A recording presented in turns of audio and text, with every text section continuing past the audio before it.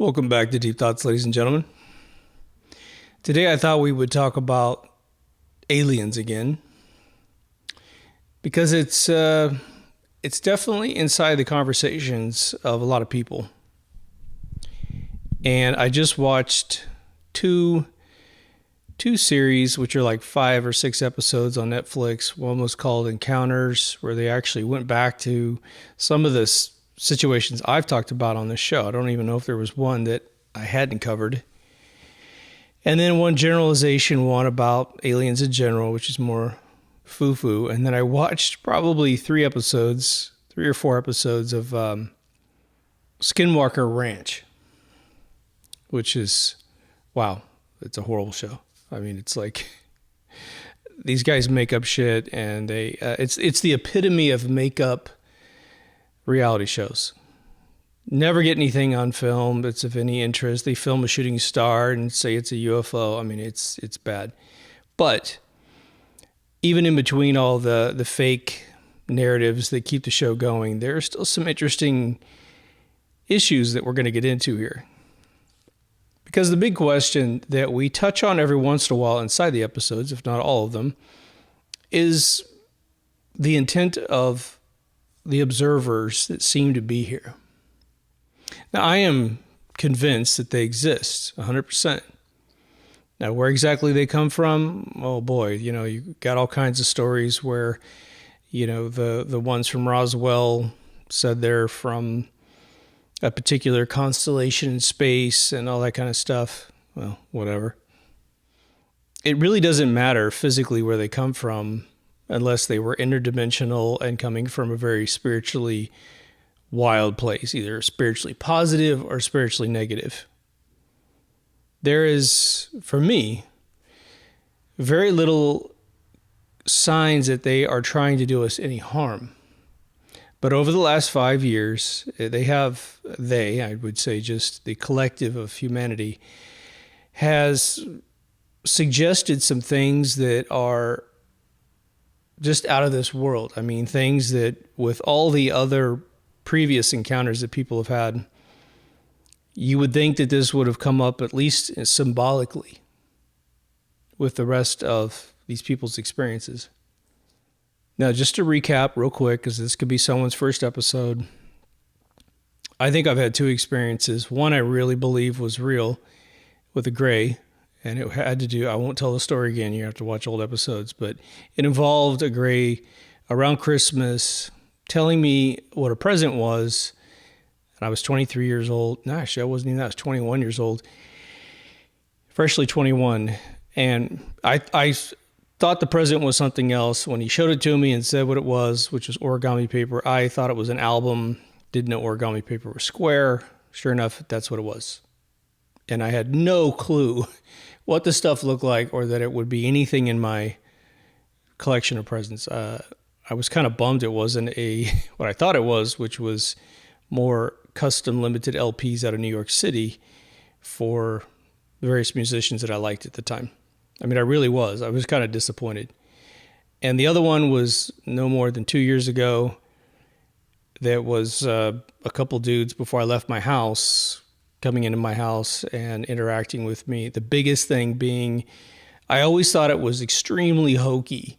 Anytime anyone ever told the story that aliens have little suction cups on the end of their fingers, just one on each one of their little 4 fingers, right? Or 3. This dude had 3, I'm pretty sure, but he could have been using a 4th finger as an opposing thumb. I don't know. I always thought that was stupid. And in this interaction, I put my hand out at night, and knowing that they were in my room, having watched basically this, I wanted to describe this a little bit better.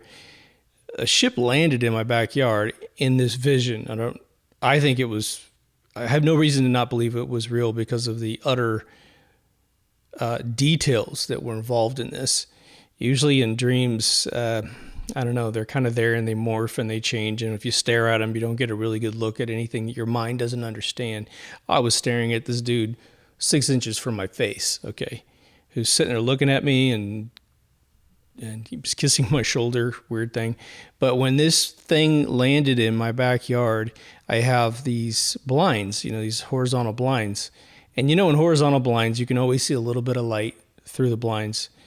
In all the little holes that carry the strings, there was this utter plasma-like lightning light that just literally went down in a vector into my backyard. My backyard was big enough to put something very small, but I mean, I can't imagine what they would have arrived in that would have allowed them. They were probably 3 feet, 3.5 feet. Did not look like grays. Did not look like anything I've ever heard described. At some point, I will illustrate this for you guys. Maybe I'll illustrate before, but I mean, they had really wild eyes, very flat head. It was very, like, if you looked at them straight ahead, it was like, was it a mackerel fish? It's really wide, but when you look at it, it's really thin, but it was thinner. Not thin like paper or anything, probably like maybe 6 to 8 inches front to back. And then the front was probably a good, 10 inches with the kind of a pyramid type head with all these hairs on it. It's crazy. So that was that. And the sounds and the pitter patter. I had a carpet in this hallway. So it was sort of like when they hit the hardwood floor for a split second, I could hear that. And then they hit the carpet and I was like, oh my God. But when this dude, I stuck my hand out just to say, look, don't, like, if you just push your face in my face, I'm going to freak out no matter, because it'd just be so surprising. So I put my hand out and this little tiny hand touched my fingers, like 3 of them. And there was a texture to their skin. And then as I pulled back, just very lightly saying, hey, I feel you, I'm awake. They knew if they were real. As he crawled up his fingers on my fingers, I felt the frickin' suction cups. It's back about 1/2 inch or a centimeter or so. And there were these cups. It was crazy. And then they disappeared and it was like normal fingers. And we clasped fingers before I opened my eyes, super strange. So I'm still debating what the hell I saw. Everything was extremely pleasant. I mean, it was beyond pleasant. This alien was telling me that I was a good dude over and over and over and over again. We had no other form of communication. Like I was trying to show him a tattoo on my wrist, which he touched. And I was suggesting that he put a tattoo on this other wrist. I said, just mark me any way you want, burn me, whatever the hell you want to do.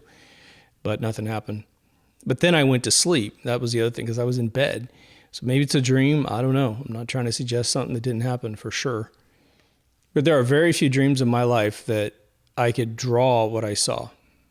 And this dude, I could totally draw his face. Maybe I'll just do that for this episode. I hate saying that because it'll delay the episode, but whatever. But we have heard all kinds of different species of interactions, abductions, and I wanted to go through the ones that seem to have a negative effect on humans because of physical interactions claimed by these people. And I am not disbelieving anyone's claim about being probed, about having surgery on their bodies. There's one guy that got abducted and it's crazy. He's got what looks like a little tiny square microscopic microchip embedded in his body with the bus lines going deep inside of his body. It's been x-rayed, it's been photographed, it's legit, it's mechanical, it's not natural, it's a metal inside of his body, and it was utterly inserted in this guy in a way that, how could you do that? I mean, we would create an incision of some sort, and this dude didn't have anything like that. I think he said he was abducted, and he found himself inside of a vehicle, and this really tall female character with he said it had facial features, but not human facial features. They kind of come up to him and squeezed his cheek like, hey there.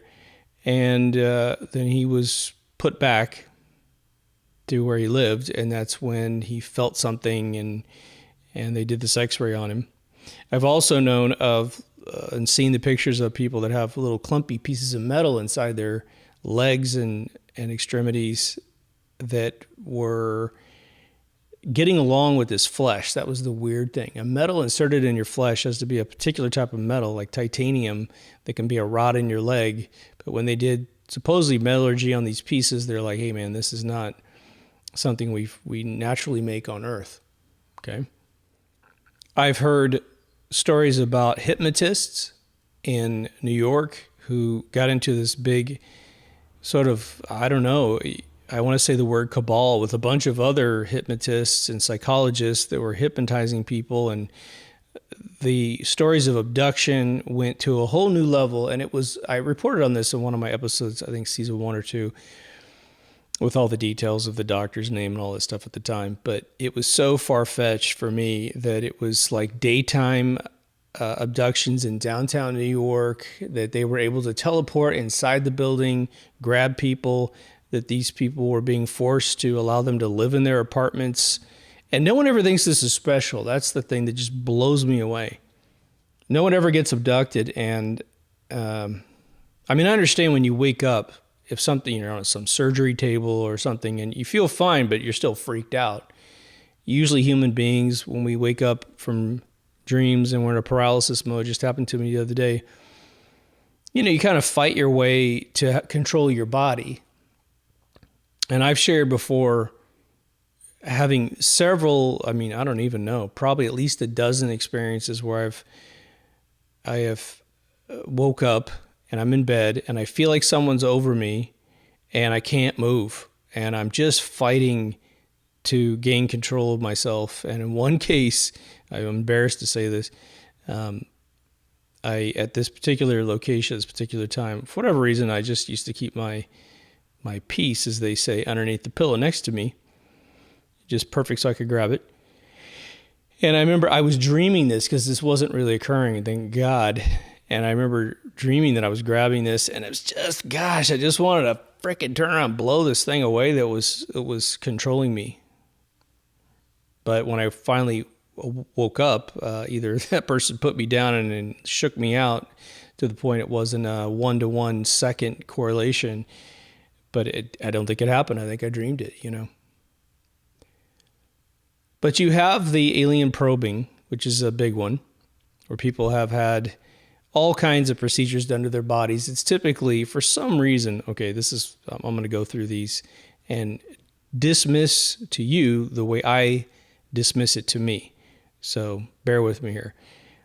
If you are an alien race that has all the superior technology and you can travel however you travel, interdimensionally, across the universe, whatever methodology exists, I don't personally understand what on earth an alien would ever have interest in the colon of a human being. Think about it. What is it? It's the waste product of what you ate. Are they really concerned about what we eat? Make you throw up. I don't know. Drill your stomach. It's mostly bilirubin at the bottom of your bowel. It's your metabolized blood that's basically coming out, or undigested food. It's whatever. It's going to be very similar between human beings. And so I never could understand that. Now, there's been claims of people having their eggs harvested, their sperm harvested. That makes a little more sense to me if they want to play some games with some DNA from us. Now, why on earth we would ever be awake or wake up in those experiences, I don't know. I've heard stories of a woman who woke up in a spaceship with grays, and she said that they went and ushered in this ball of light into the room, and that they were all really happy, and the ball of light went down inside of her body, like through her flesh, and that she believed was the soul of her child that she was immediately pregnant with. I'm just saying. That one, well, that's not necessarily negative. It's just, that would be a weird a version of the stork story, right? Now, there's also this insinuation that's been around for a long time, since the 40s, when the United States of America started detonating atom bombs. And I know some of you don't think those are real. We know they faked a bunch of footage of the destruction of atom bombs. But for the life of me, Hiroshima and Nagasaki, these were single planes doing one giant bomb, and there were tens of thousands of people vaporized. And if it was some sort of carpet bombing of fire bombs, everyone would know that. It would have a completely different story. Why on earth would the people who are being attacked, who are not getting paychecks, who are dying of radiation poisoning and heat exposure, lie for the United States government? They just got conquered by our country. People were watching this from on top of a hill. There's an 8-year-old kid that watched the bomb accidentally. He just looked at the city and poof, 80,000 people get vaporized, right? But the idea is that once man starts playing with the atomic mass of the universe and starts creating explosions, we don't know how to blow up, as far as I know, a planet. We don't know how to blow up a solar system. But what if that technology is such an easy gateway drug to the next invention that could get us there?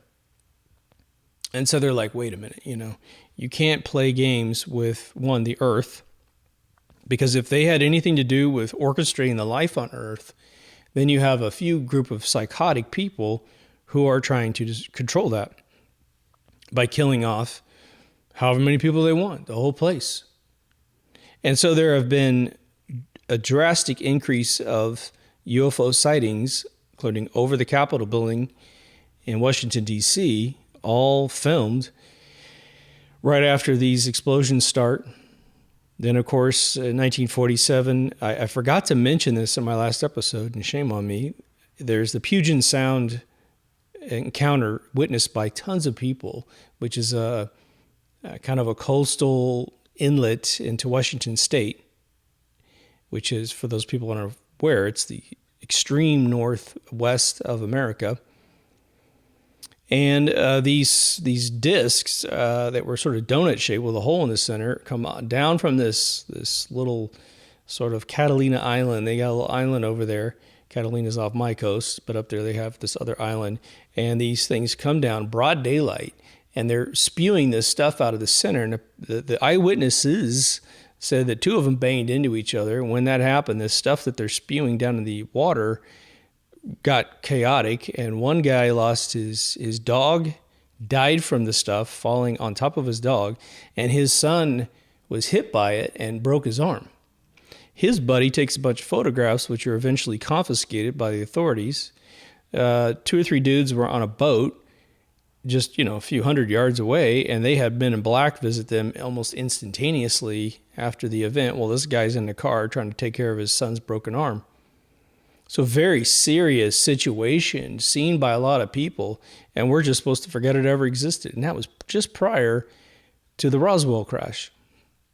Now, the Roswell crash, for those of you who are new, I went off to disprove that was real. And I came out being an extreme believer by disciplining all my research to either the first degree folks or the second degree folks who saw this occur. And there are some interviews out there that no longer exist online. I mean, there's one guy in the desert talking about it, and I can't find the rest of the interview where he talked about listening to this alien communicate with him, and it said 2 things to him. It actually said one thing to itself that he could hear, which was he was very sad that he was here because he wasn't going to be able to get home because that ship was the key. And the second thing was that he looks up at the guy and he says, "Don't worry, no one's coming to save us." I mean, his 2 buddies are dead. One's completely a meat pile, and the other one is really mortally wounded and dead. And those were the 2 bodies that were iced down by the authorities, the mortician who sold him the coffins and then went to the hospital. And then a couple of days later, he talks to his female nurse friend who did the autopsy on them. And she drew pictures, and she drew the long fingers with little suction cups on the end. Strange. Because apparently those are grays, and all the descriptions are grays, very consistently so. And the thing I saw was not a gray. If it was a distant cousin with some Klingon blood in it. But then America starts seeing tons of this stuff and starts talking about it. Now, I want to qualify that because when I told you guys my grandmother was born on my dad's side in 1912, and she said that her and her sister, before the end of the decade, before the 20s, they used to see cigars just quietly moving across the Kansas plains out of Erie, Kansas, which is southeast Kansas. Okay. Now, the other one is that a cigar-shaped sighting, there are cigar, literally like this shaped vehicle, like the one I'm smoking right now, with tapered ends. But that's also the way you could see a disc if it was really large and it was literally kind of more edge towards your face. You could be seeing a cigar, but if it turned sideways 90 degrees, you'd see a disc. So I don't know if my grandmother and her sister saw truly tubular cigar vehicles, which have been reported, or if they were seeing these discs, these UFOs. And at that time, I mean, think about it. It's from 1912. She said about 7 or 8 years old, so it'd be 1919 to 1920, and just into the 20s.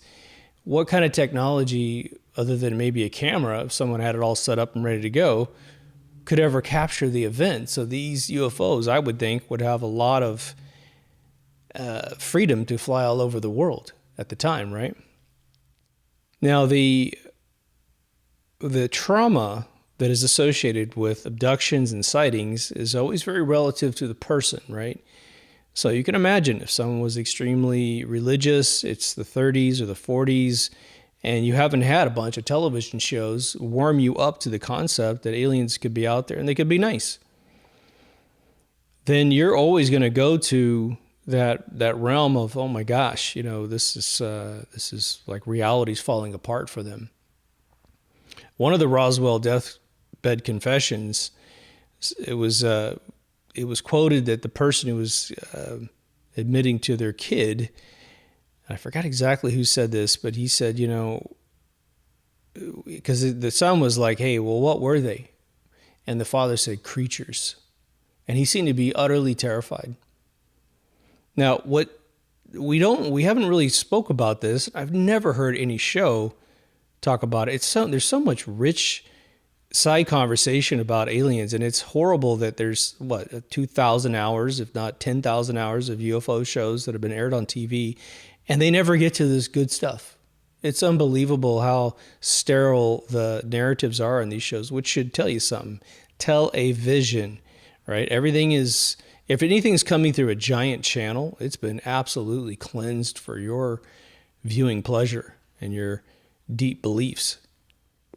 But you mean to tell me if you saw a gray alien who wasn't doing anything to you and wasn't sending you a message like the kids in Zimbabwe, which we're going to talk about here, because it's in the Netflix special. I couldn't believe it. I'd never heard of the Zimbabwe thing, and it's in the Encounters show on Netflix. You owe it to yourself to see it. I don't really think there's a tremendous amount of super spinny narrative on it.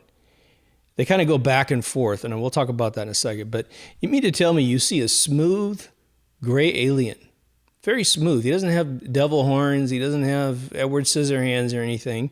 He's in a cool silver suit half the time. Actually, Zimbabwe, the kid said it was in a black suit, and that has been reported in different locations. So what? You see a gray alien. When I saw the dude that I think I really saw, if I had to put a bet out there, very calming, very refined being, and it's not big and horrible. And we'll talk about some stuff I saw on the Netflix shows, about 8-foot ones or higher. But you have a pretty peaceful looking creature. And so I don't quite understand, if you're just seeing one, how freaked out people could get. But maybe they never just see them. Maybe they are in the middle of some examination or some, rooter up your hoo-ha, right? The other thing, too, is that if you had physical evidence, if you had your backside probed by a machine, I don't care if it's made by aliens or not, the next day, either you're going to feel that or you're not going to feel that. And if you're not going to feel it, that means whatever they did, they repaired it, or they didn't harm you in any way, shape, or form. But if they went in a place that you've never had anything before, I would think that it'd be ringing like a bell. And, you could go to a doctor and say, look, man, this was not me doing anything weird. This is like something, I got abducted, man. And just get in there and take photographs and start tracing how that happened. There's going to be marks and things of the device that did what it did. Are there tissue samples missing? Is part of the colon missing? Is it whatever, right? I'm yet to find anyone who has a subscription to colonoscopies, right? When aliens show up to missile bases and deactivate missiles, they've even been, it's like, what could you possibly suggest from that? They're taking away a super weapon, so it just can't be used. And it really makes me think that even if the leaders of the world attempted some psychotic explosion to try and kick off some other, false narrative, that that this unit would be deactivated before it could be detonated. It could probably be transported to a location to do something Dr. Evilish, but before it's going to pop, our friends are going to have watched the whole process and just deactivate it. They don't want to see the world destroyed. Which gets us to the Zimbabwe thing. This is in like 93, 94. A bunch of kids are playing on the playground, and they see a vehicle fly over and land behind some trees. They see that process first. Very important. They see this thing and they see it land. We're talking 60 kids, mixed races. It's a private Christian school. And the kids run around to look at the vehicle, and they said that there's different stories depending on what the kids are focusing on. And what I interpret by that, by listening to all their eyewitness testimony, is it depends on when they ran around the trees as to what they saw. There were the most consistent part of the story is that there's a gray standing there next to his ship. So he landed and got out pretty quick and was standing there. Now, the ones that I experienced at Christmas time, they had the ability to move very quickly. The one in front of me was in my time, and there was one dude running around the room in a pulse, basically looking at things. And then the bunch over here to my left, which were looking at a puzzle that my girlfriend and I were putting together on a wood table that we also put together and varnished and all that stuff. We're in a beach house. They were moving faster than the dude in front of me. It was almost like just blurry. But when they stop, you can see them. And so you can see their form, and then poof, poof, poof, poof. It's crazy.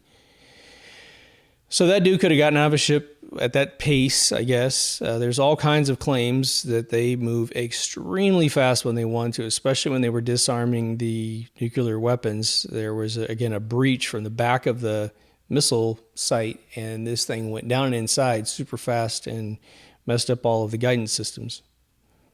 But the kids in Zimbabwe said that the dude was wearing a black suit, standing there. One girl walked up 3 feet away from him, and when he looked at them, he was telling them, get this, okay, so think about whether they're good or bad. This particular dude was telling every one of them that looked in his eyes, and they all had this same vision inside their head. It's almost like a mind meld. He said, look, you got to be careful with technology because you're going to destroy this planet. Now, is he worried about plastic straws? I don't know. I think he's worried more about the bombs that the nuclear era ushered in. What else could be this horrible thing other than maybe weather manipulation and other bigger things you could fry, Now, I have to put this out there because this is in the documentary, and it's weird how it wasn't covered. There's more things that this thing covered, which we're going to talk about here, which blew my mind, okay? One of them was that there's a guy there who was a little kid who claims that he didn't want to take a test. And the cause and effect of his argument makes no sense to me. He said that he pointed out at a rock, which has always been there, okay? It's still there to this day. The kids were acclimated to this rock being there, right? And he said, oh my gosh, look there. There's a UFO right there. And he starts doing a fake panic. And he said that by him pointing at that rock and saying this, that he got 60 kids to believe that a rock that they have seen every single day and play next to is suddenly a UFO. And suddenly they are traumatized to the extent that 30 years later, they're still suffering a PTSD. 30 years later, they're still having problems with their spouses talking about this when it's just a rock in the distance, right? And so this guy he has taken he has made the claim that they're all delusional, that all the kids were delusional, they didn't see anything, and that it was his little panic story.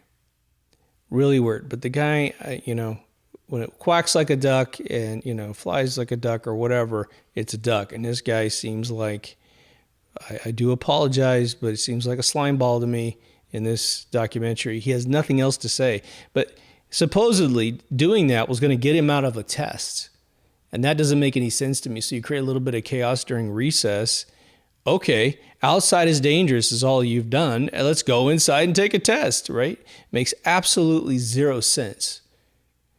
So, whatever. I think he's probably pissed off he didn't see anything. Maybe he went inside to take a test, or he went off and did cigarettes on the other side of the building, or whatever. Didn't see anything. And so he's bummed. And so he's come up with this thing to take a big crap on everybody. But this is corroborated by folks who at no point has any of the 60 kids said, you know what? Yeah, the kid's right. It was just a rock and we were all panicking. There was nothing there. There's no kid that corroborates his story. Isn't that funny, right?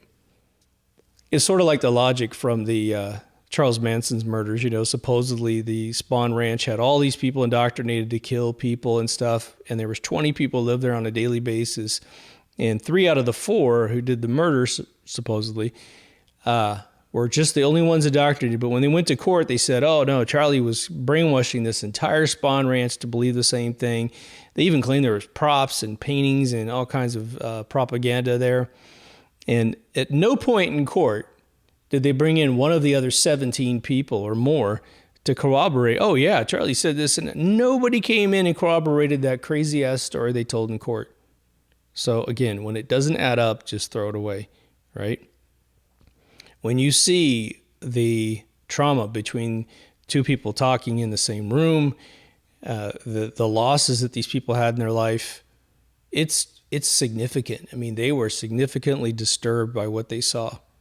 And it wasn't necessarily seeing the craft or seeing the gray. It was this communication that left them with a weird taste. And it's almost as if, and they didn't talk about this, again, call me, I'll give you better questions, that it stuck in them. Like the guy stuck the thought in them to the point they couldn't get it out. Like a weird PTSD moment. A PTSD is largely a moment that's lost in time due to trauma or having your memory erased from being knocked out by an IED.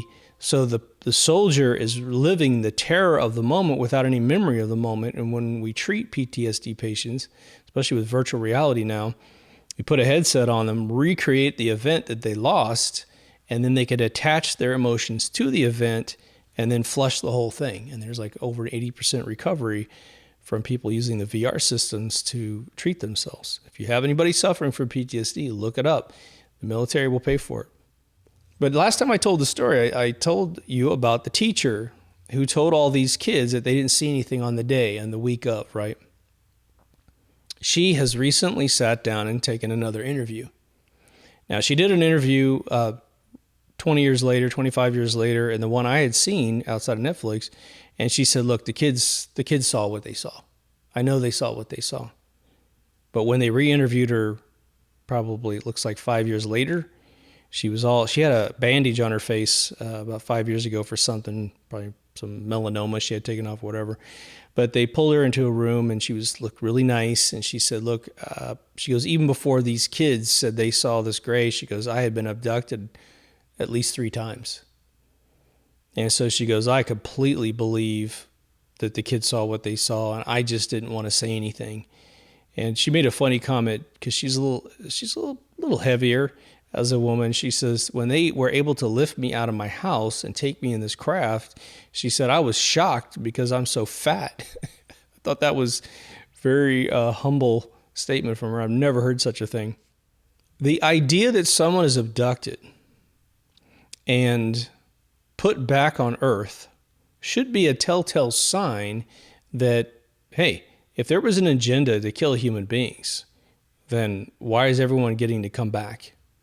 You know, there's a lot of survivors of events that supposedly everybody got killed, but they're survivors still, and they're the group that was actually being exterminated at the moment. It's really interesting. There's a lot of survivors from these moments when everybody was killed, especially young people, and so you got to keep your logic gates on constantly when you hear these stories.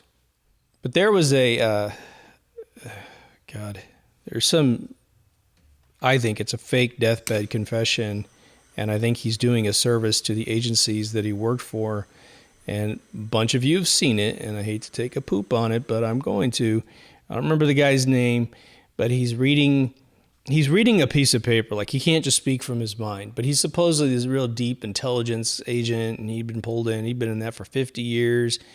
he makes all these crazy claims about stealth vehicles and reaching up and touching, literally stealth technology, but also hologram technologies. If we have hard light holograms, I mean, come on. But he was just all over the place in this little confession. It looks like in a hotel or something, but he's got some flannel shirt on. He's got some pretty good hair. I think it's complete and utter BS, okay? But he took a recent, it was like a weird trend for about 2 years that they were suggesting that all these underground tunnels that the United States has built for the contingency of government, which was heavily described in the 17 movement as being places where bad human beings take kids and do bad things to them. That I can actually believe. Will that ever happen? Well, I don't know. But I mean, think about it. If you have a location in the world that no one else can get to, you literally can't get to it. There was an island in the Pacific, the Atlantic, that got real famous. You could technically fly over that, but supposedly it's all underneath, which I believe, because you just look at the construction of the place and there's doors going into like underground areas, okay? But still, you would still see the planes. You could take photographs of who got out of the planes. It's still a liability. But if you went into some down underground tunnel, well, geez, your entry point is probably concealed. Getting in is probably extremely difficult. And once you're in, you can do whatever you want. You're in your own little world, right? That I believe. But that whole thing was usurped and pointed at gray aliens. Now, I have insinuated before, and I'm going to continue insinuating until new data comes in, that imagine that you have knowledge that these beings exist and that they're not making contact with man in a way that's very formal. They don't land in D.C., New York, L.A., Paris, Moscow, wherever you live, right? Madrid, London, and get out and say, hey, how you doing? We're the Grays. We have a pretty good R&B gig, and make sure you tip your waitress, right? They don't do that. They elusively show up. Their vehicles seem to project a lot of orange light. It must be the emission wave of whatever's going on in their gravity well system, right? Could be military, but it would be a super duper secret military. But let's just say you have a trafficking problem in the world. A bunch of people live off of the trafficking of other people, okay? And you need as much disinformation as possible on top of that story. And what if in the last, that movement that went on about 5 years ago, what if that was exposing some isolated but yet very serious situations where these underground facilities were being used for that? And they're like, oh my God, they're on to us. Okay, Army Corps of PsyOps, we need you to spin up. You're going to go to hell for this. And there's no getting out, right? This is blasphemy times blasphemy. You're going to hide these people. You're going to hide all this crap. You need to spin up the idea that Grays are actually the ones down there doing everything. And this guy in this little confession thing was the one that was trying to ice it down, right? Make sure you totally believe it, right? I've seen this fucking thing get posted 3 or 4 times. It just kills my soul that other human being listens to this bullshit, read off a piece of paper interview. I mean, trust me, if I'm sitting here talking with no script for all the shows, right? You mean to tell me I'm more qualified to be in these agencies than the people that have been trained and have spent 50 years in it? You can't even speak off the top of your mind. I mean, maybe you got a bullet list of shit, like, okay, stealth fighter touched it, whatever, right? Nah. This is read this to the camera. It'll be your last act to help the agency, which you're still loyal to, right? And you're going to suggest this cover story, which is, he said that he was taken down into these facilities, and he said that, he could sleep because he heard all of the torture, screaming, and all that stuff. Well, that I could definitely believe, but I don't think it's gray aliens, okay? Right. The idea, and it was like all the missing kids in the United States, which apparently is like 800,000 kids in the United States disappear a year. And when adjusted for runaways, which is like 12, 13 and up, meaning they could get on the streets and find a way to eat and stay safe, Underneath that, you have kids that would really struggle, right? It's still the majority of the number. It's over 50% by a large margin. So, okay, so these kids are being taken away somewhere, right? So you say it's a bunch of gray aliens and that we did an agreement in the 50s with these grays to allow them to do this to mankind. Mothership. I'm just thinking mothership and little ship, right? Little ships come down and just take the people, bring them up to the mothership. Why wouldn't you want to have all your tools up there, right? I think it's all hocus pocus. I think it's all to cleanse another activity that's going on in the world, perhaps, if it's actually occurring. These kids are going somewhere. I remember when Jeb Bush became the governor of Florida, the number of kids disappearing in Florida was, I think, higher than all the other 50 states. And it was some ungodly number of kids disappearing. And they just vanish, right? And every once in a while, I get a little runaway, come back or whatever. But these kids were gone. It was like, oh, that's not in the news? Like, that's not like the number one objective of the U.S. military, to find out where these kids are? It should be the FBI. It should have a whole nother BI that's all about finding kids. Anyway, back on our subject here. But I wanted to cleanse that away from... I just want to bring up the fact that I think a lot of things are stuck to grays without any plausible logic to it, when we know that human beings are doing very similar things that they don't want to get caught for, right? What's interesting about the Zimbabwe messaging from the alien to the kids, which is, again, it's very simply described as, be careful with technology, you're going to destroy the world. That implies a whole lot of caring about the world, doesn't it? That implies potentially that they have participated in the incubation of the world itself, the care and proper feeding of humans and all the other life that's on this planet.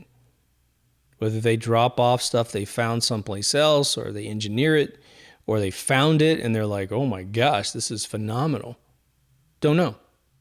But, again, it's been asserted 1,000 times, times 1,000 times, which is that if anyone wanted to do us harm and they had this superior technology over us, it would be so utterly simple for them to wipe us off this place that we are. And yet they don't. Now, the one I had never heard of, which also came up about 2017-ish, at least in my experience, was that they were being associated with demons. I did a whole episode about this. And again, some of these episodes have been taken off by the great censorship organization known as YouTube, aka Google, aka Alphabet Agency, right? So makes you wonder, like, what am I saying that you don't like? I understand some of the stuff, but the idea about the demon thing is, who would suggest, what kind of human being is going to suggest they're demons? Seriously. Is it going to be someone who doesn't believe in demons, or someone who believes in demons? Someone who thinks about them all the time?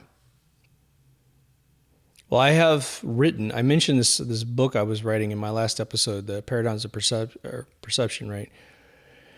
And that story is about good and evil at an incredibly cosmic level in humanity, okay? And in that, and I was 18, wrote it from 18 to 22, and I explored for the very first time. I found that by asking questions, it was amazing how many deer eyes I saw when it came to what is evil. I want to just share, this is not alien related, but we're going to get back to it, because I think we have to kind of put the paradigm out there that might encapsulate the notion that a gray was a demon. And it seems to be grays only. It doesn't seem to be the reptilian side of things. They're just weird, heartless, big, giant, shape-shifting beings, of course. But I remember telling a story about what is evil in my youth group, and we must have been in between or something, but one of the guys I was renting a room next to at the time, he was probably in his late 20s. I was 18. And I just said, look, man, we had just had the 1989, or not 89, we had an earthquake somewhere. And I said, look, what if somebody, there's a building that falls down and people die in the earthquake, and that's obviously a bad thing, but it's also Mother Nature on one level. But I said, the people that lost family members in that might see it as an act of evil if they were extremely religious in a religious paradigm. But what if two of the rescuers meet each other and become husband and wife? And without that building falling, they never meet each other, and they never have this, say, beautiful family they might create and have all this happiness and joy in their life. So to them, what was evil was positive. And I watched this dude's face, and he was like, wow, yeah. And so then the youth minister came in, who turned out to be a pedophile. Recently found his wife finally freaking divorced him after he went to jail for 2 years. I thought jail was a good sign that he was guilty, right? Unbelievable how people hang on to things. But he turns to this other dude. He goes, oh, you made a good point. Hey, what is evil? And da-da-da. And I remember the youth minister not wanting to get in the conversation because it was going to bust the simple kind of Duplo religion that he was trying to espouse, because that's as far as he got into religion at the time. He eventually got a PhD in biblical studies. Then he got busted at Pepperdine University with 7 girls that were saying, oh, yeah, he did a bunch of stuff to us.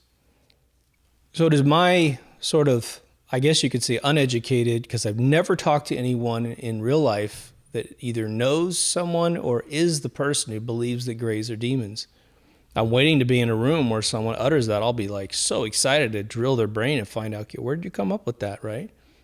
Would demons get rid of nuclear weapons? Probably not. Would demons have the ability to visit us anytime they want and make themselves sort of elusive to us? Like my grandmother's seeing them, but they don't come down and just zap her with a ray and turn her into a frog or rot her skin or whatever.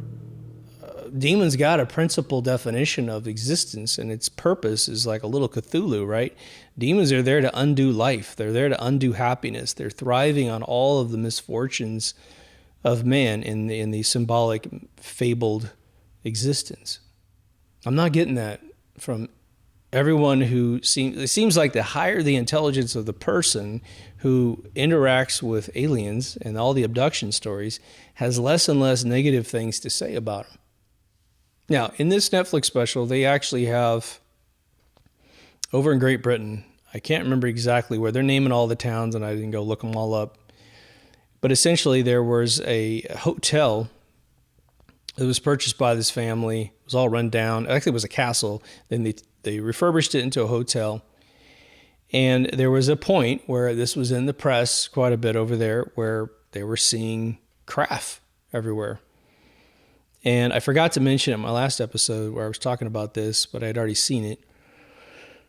But this one guy took the camera crew out, and he was very believable, in my opinion. He's like, look, man, he goes, I was out here, and he's showing you exactly where he was standing and where the craft was. And he says, look, man, this dude came out that was very tall, very, very tall. And he said that he had no face, which I've never heard that ever said anywhere ever. I've never seen a drawing of such a thing. I don't know if it had such a minimized face that he, from far away, didn't see any eye sockets or anything, but apparently there's another farmer that was a livestock farmer, or livestock cattleman, sheep and all this other stuff, and he and his entire family said that they, at one point, were having sightings, and they're looking at and they were really terrified. They were like, man, we just want this to stop. And they wanted more government involvement to stop this, put people on our land, get this to end. And that's not quite what you would do if you're Whitley Strieber making money off writing books about it, right? No, I'm good. I'm good in upstate New York where you can't see anything happen.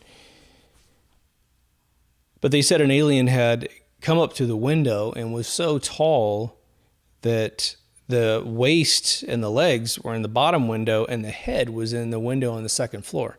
And that 2 different people at the same time had seen sort of the reveal of this alien.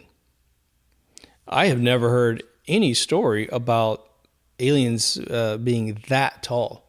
The female aliens in Whitley Strieber's work are about 7 feet in beige, where the males are more gray and about 4 feet. And then he also has this 3-foot race that I've never heard anyone else talk about, which is supposedly the really tough muscle race that wears a helmet. He says very similar to the World War II helmets the Brits wore, where it looks like a dish on top of your head, right? he said they would come in the room and grab him and move him outside to this netted chair, and then the chair would go up into the vehicle and he'd have all of his experiences, right? I think it's just interesting. I mean, we have the internet now. When Whitley Strieber was kicking out his books, which I think was Communion, Transformation, I think Aftermath or something like that. Probably that last one wrong, but he was writing that without the internet. Now we have the internet and tons of like private clips and all kinds of claims. And it's just interesting when someone sees something that no one else had ever seen. Is it that this one race only comes down one time and visits one guy? Or these little guys only come out during his abductions for some reason? Sounds a little weird, right? A little far-fetched. I mean, just the odds, right? But the idea is the compassion of these aliens, right? They seem to make people feel, I think, on average, minus guys with weird confessions, which are all over the map, most people come away from it with at least a benign or positive feeling about it, even though I think it was Dan Aykroyd that said he went to a convention that had a ton of people in the room, like over 300 people, I think is the way he said it, who had claimed to be abducted. And he said that he was walking, he'd done his thing and made everyone laugh, and then he's walking out of the room, but he turned around and he goes, "Hey, I just have a question. Of all of you in this room who have experienced this, how many of you would not mind if it happened again?" And he said 50% of the people raised their hand on average. Of course, they have family members that are with them that did experience this. But then he goes, of you, those of you who got abducted, who would you not like to have this happen again? He goes, roughly about another 40% raise their hands. That's very telling. That's very, very interesting. If they were telling a fib, then what he did was a brilliant thing. He gave the positive first before ever letting them know there was going to be the negative question second. Because you could easily put your hand up if the negative went first to keep a cover on your oh no, I wouldn't want that to happen again because it never happened. But these people got the positive first and the negative second, which for me was a brilliant move. It was probably just a mistake on his part, just serendipitous that he did it that way. But it's brilliant because there were people that said it was terrifying. Terrifying to the extent they didn't want to have it happen again. I think that's a big deal. We need to pay attention to that, right? I think those people experienced whatever they experienced based on the overwhelming evidence of sightings that seem to be very consistent over decades. You know, we're talking about 100 years of recorded history, okay? I think that a lot of these stories aren't just fiction. I think these people are really recalling events that will be similar to a PTSD situation. They have trauma related to this and they can't get rid of it. Now, the school teacher from Zimbabwe who eventually said, "Hey, look, I had several events happen to me prior to the kids seeing what they saw," she claimed that at least the second visit, they said, "Well, we want to know, do you want to come with us? Because we'll take you with us." And she said, "No." And they came back a third time and said, "This is it. We're going away and we won't see you again. So, you know, this is your last chance to come with you. The invite's still there." And she said no. And she claimed, you know, it was that she felt like her purpose was to really affect these kids in a good way through the education system at the school. I don't know if she's still there or not. But that's always been very interesting to me. My mom told me once when I was 9 years old, she actually told me once, she said, "I just want you to know if," we had something on TV, it was about aliens, and she said, "I just want you to know if I ever get visited by an alien and they said, 'Do you want to come with me?' I'll go with them." And I thought that was very traumatic as a kid, kind of like, "Oh, well, I probably would too, but you're my mom. You can't go anywhere." And I mentioned that to her in the last 5 years. She said, "Oh, I never said that. I would never leave you." And I'm kind of like, well, I wouldn't have made it up, lady. It was not exactly the most positive dreams that night. You know, like my mom, I mean, I don't know if she'd tell me because she already had experience. When you're a kid, you don't know. It's like, oh, well, is mom getting visited? Which is kind of funny how that works, right? It's funny. Parents have such selective memory sometimes. It's really bizarre. Now, what's fascinating about my own first experience, and I don't know if I've put this on point yet, but since we're here, obviously my first experience, first and second, if the second was real, then it was very positive, just very different than the other one. This little dude was making sure, because he said, are you going to be all right? And I said, oh, I guess. I was kind of in the middle of a conversation. I was waking up, my consciousness was coming to. And I said, but no one's going to believe me. And that's when he said, what would make them believe? And I said, I don't know. And so that's when he reached down between my legs, pulled this thing up, which I was sure it was a 12-inch LP, blah, blah, blah. It's origami paper.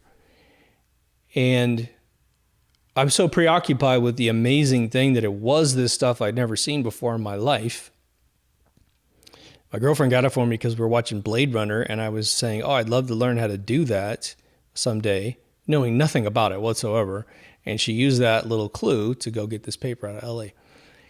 So, but the dude was trying to help me prove that he was there and that I really saw him. If this is 100% legit. Strange.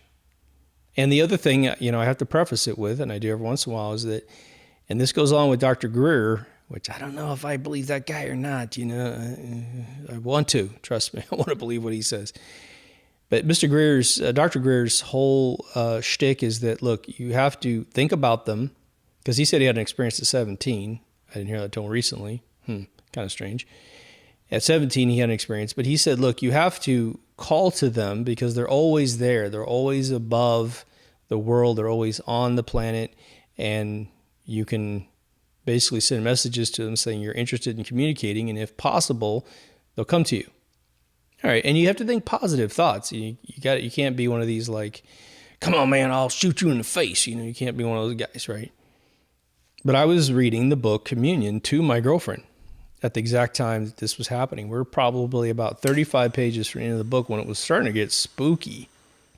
And, I'm just thinking in my head, I've thought about this several times. I don't think I've ever vocalized it, but I was starting to get freaked out because Strieber was talking about a moment in his apartment where time started passing really fast. It was daytime when he got home, and all of a sudden he goes to his kitchen and he looks around. He said he saw one in his house, and then all of a sudden it's 2 hours later and he's trying to run to his car, and it was very dramatic. And he's written movies like Cat People, and he's a very accomplished author. So I always kind of blew that off as like, whatever. He's making money. Good for him. He's definitely entertaining you, man. I'll tell you what, his book Majestic is the most entertaining book he's ever written. And I don't think anyone even knows it exists. Just like a Whitley Strieber Majestic, a little paperback book I got at the grocery store and read it like probably 4 times. And then I recommended it all around the office. Dudes bought it.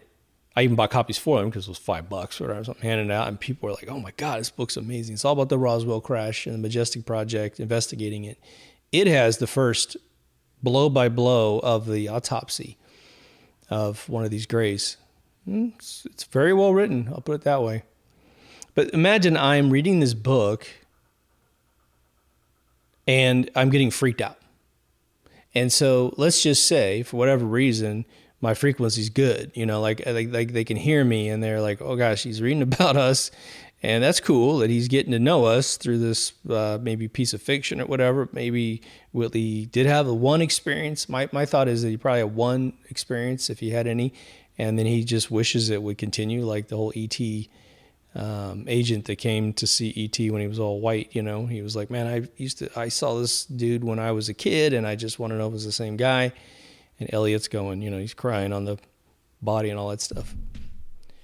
So imagine right around the time that I'm getting into the sort of crazy nature of this one experience in a fictional book, maybe, they're straightening it out. They're coming in going, oh, look, we don't do that stuff. We don't advance time on people. We don't freak you out. If we came down and you freaked out, we're out of there in 2 seconds. But we'll kind of evaluate you beforehand to make sure you're least likely to have an experience like that.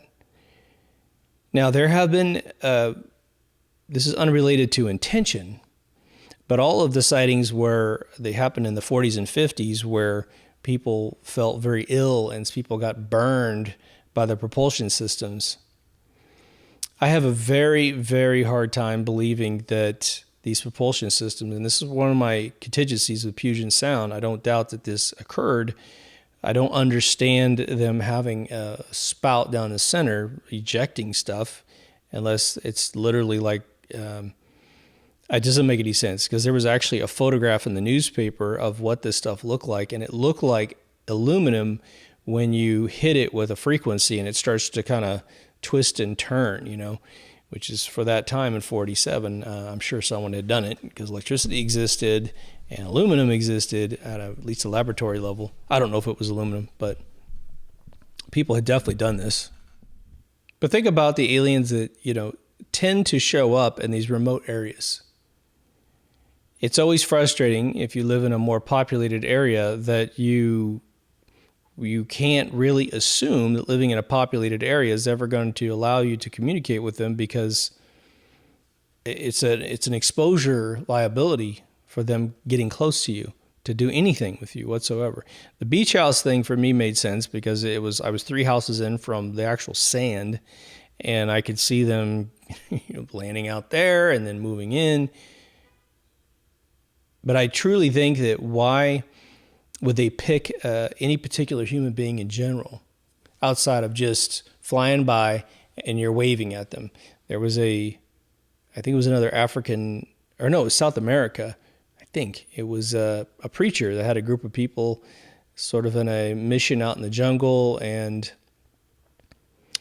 they said this craft shows up and it had a bunch of people standing on top of it that looked very human.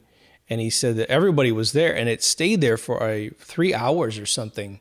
It was a very long sighting. I don't know why. Nobody has any cameras at the time. But they start waving at him, and he said that they wave back. And, it's like, I try to parse people's claims with, are you the type of person to make a claim? And if you are, then you're good at what you do, right? You continue to make claims. It wouldn't be just one sighting. It'd be a lot of sightings, I would think. I think it's phenomenal that someone would make a claim, get publicity, and then give it up. Either they're freaked out about the publicity, which means they should crack under pressure a little bit in their testimony about what happened. They should seem a little unsure. If they're making it up, then boy, they better have a good memory to commit what they saw. Because if you see something with your eyes and you're really seeing it, depending on how fast objects move in your eyesight, right? There's the perception. But let's just say something happens slow enough that you can see it occur. And it's just a threshold busting moment for you. You've never seen this kind of thing in your life. Your ability to subtract that out of your memory becomes very difficult. You see it and that's it. That's why this intelligent agent having to read it off a piece of paper is just absurd. And, there's no questions for the guy. If someone's filming a dude talking about all this technology and all these alien dumbs and stuff, it's like, all right, we're going to ask you some questions, bro. Finish your little recital there, and then we're going to drill you to see if you're full of shit. But no one ever does, because they're making money off the video, or they're trying to push it out.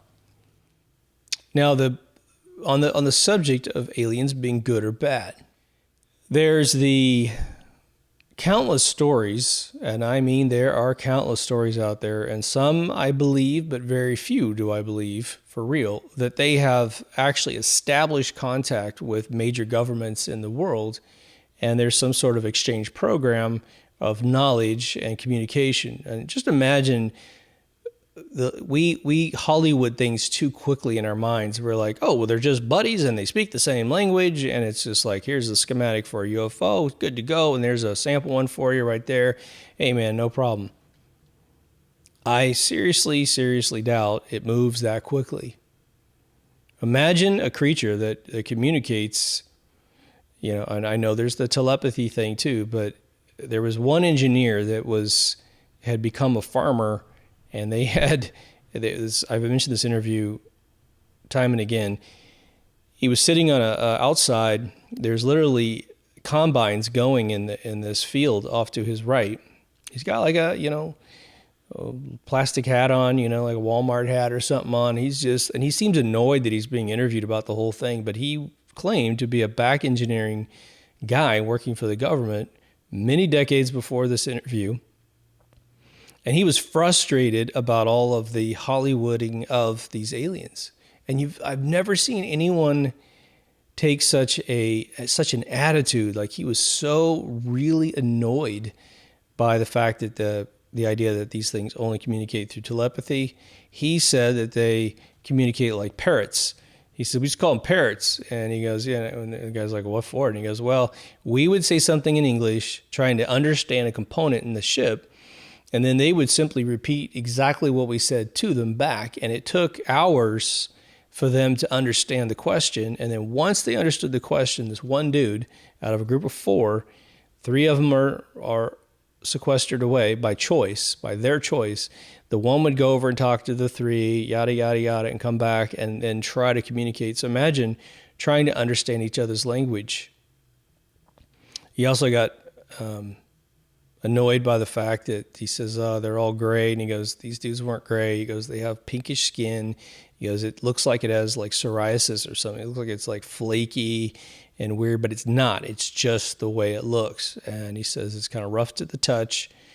And he said, we have one person in our group that talks to the one person from their group, and that's it. There's no everyone running up to this dude going, hey, what's going on, So he added a tremendous amount of clarity. I got to find this interview somewhere. It was probably in maybe Greer's package of interviews, but this was one of the best I've ever seen, where I felt like at the end of it, he wasn't going after all of the psyop things, and it wasn't hearsay. He was saying it personally. He was talking about, I'll just share with this one more time in this video anyway. He said, he goes, we found out that a lot of their mechanisms were so primitive that we were thinking to be something super sophisticated. He says the thing that keeps the ship balanced is, he goes, right inside the center of the ship, they have this hook piece of steel. It's beautiful. It's like elven sort of, craftsmanship. And he says it just hangs on this thing. And he goes, when the ship starts tilting, this thing is obviously swinging out from where it's supposed to be, and that tells the ship to swing back into place. He also explained the need for fiber optics. He said, look, their fiber optics are not like our fiber optics. He goes, well, you take one of their wires out, and it's got light in it. He goes, we could never figure out how they put light in it. So it appears that the alien technology was blocking a constant light, whereas we are the inverse. We're putting light in and making sure it bends around corners to get to the other side. But he said that because this ship is so sensitive to ethereal winds, you can't run an electron-based computer system inside the UFO, because it would just destabilize the entire mechanism that is the gravity well and the antimatter engines potentially to make this thing work. He also said, I'm remembering one other cool thing, that he just had a different spin on everything. He said, look, we were sending out pieces and parts of alien bodies, technology to various skunkworks outfits to figure this stuff out. And he said they got night vision, not because we got a night vision piece of equipment out of the ship, but because when we autopsied one of the dead grays, he goes, we took their eye lens that goes in front of their eyeball. He says, there's a real eye behind this black cover that you see. And he goes, I don't know if he said it was genetic. I think he said it was genetic. But he goes, they have this basic shield over their eye. And he said that when looking through the shield, he goes, wherever we put this at night, we could see things in the dark. And he goes, that gave us the understanding that if we could simply capture different frequencies of light, we could start seeing in the dark. Boom, night vision. Again, it's not a one-to-one correlation. It's more of an inspirational, oh gosh, yeah, we never even thought about that. Boom, they find the technology or the inverse equivalent, right? But I think it's unnerving for most human beings to think about any alien race establishing contact with a government. Imagine how addictive that could be for an intelligence agency if it's real. Okay, so we have all these UFOs out there. The Greys have made contact mistakenly through the Roswell crash. We actually have one that's alive, and they say he lived like 1953, somewhere in there, and he died of some unknown illness that just got him. But let's just say you're paying attention and you're the government. You're stealing people's photographs. You're stealing people's information forever. And then, of course, telling the people who saw it that they didn't see it when the person telling them that never saw it either. I mean, it was just nuts, right? Imagine most of us in this world have never experienced seeing something absolutely astonishing and having some creep come up to you who wasn't there telling you that you didn't see what you saw. I mean, can you imagine the cognitive dissonance required to swallow that one and to keep quiet because they're threatening you with all kinds of demise if you do say something. And I believe that they're very serious about those threats. But you have other ships that don't match other ships. And so it might be very easy to suggest in a conference room, well, that may be a different race. So let's figure out what triggers them to feel comfortable with us.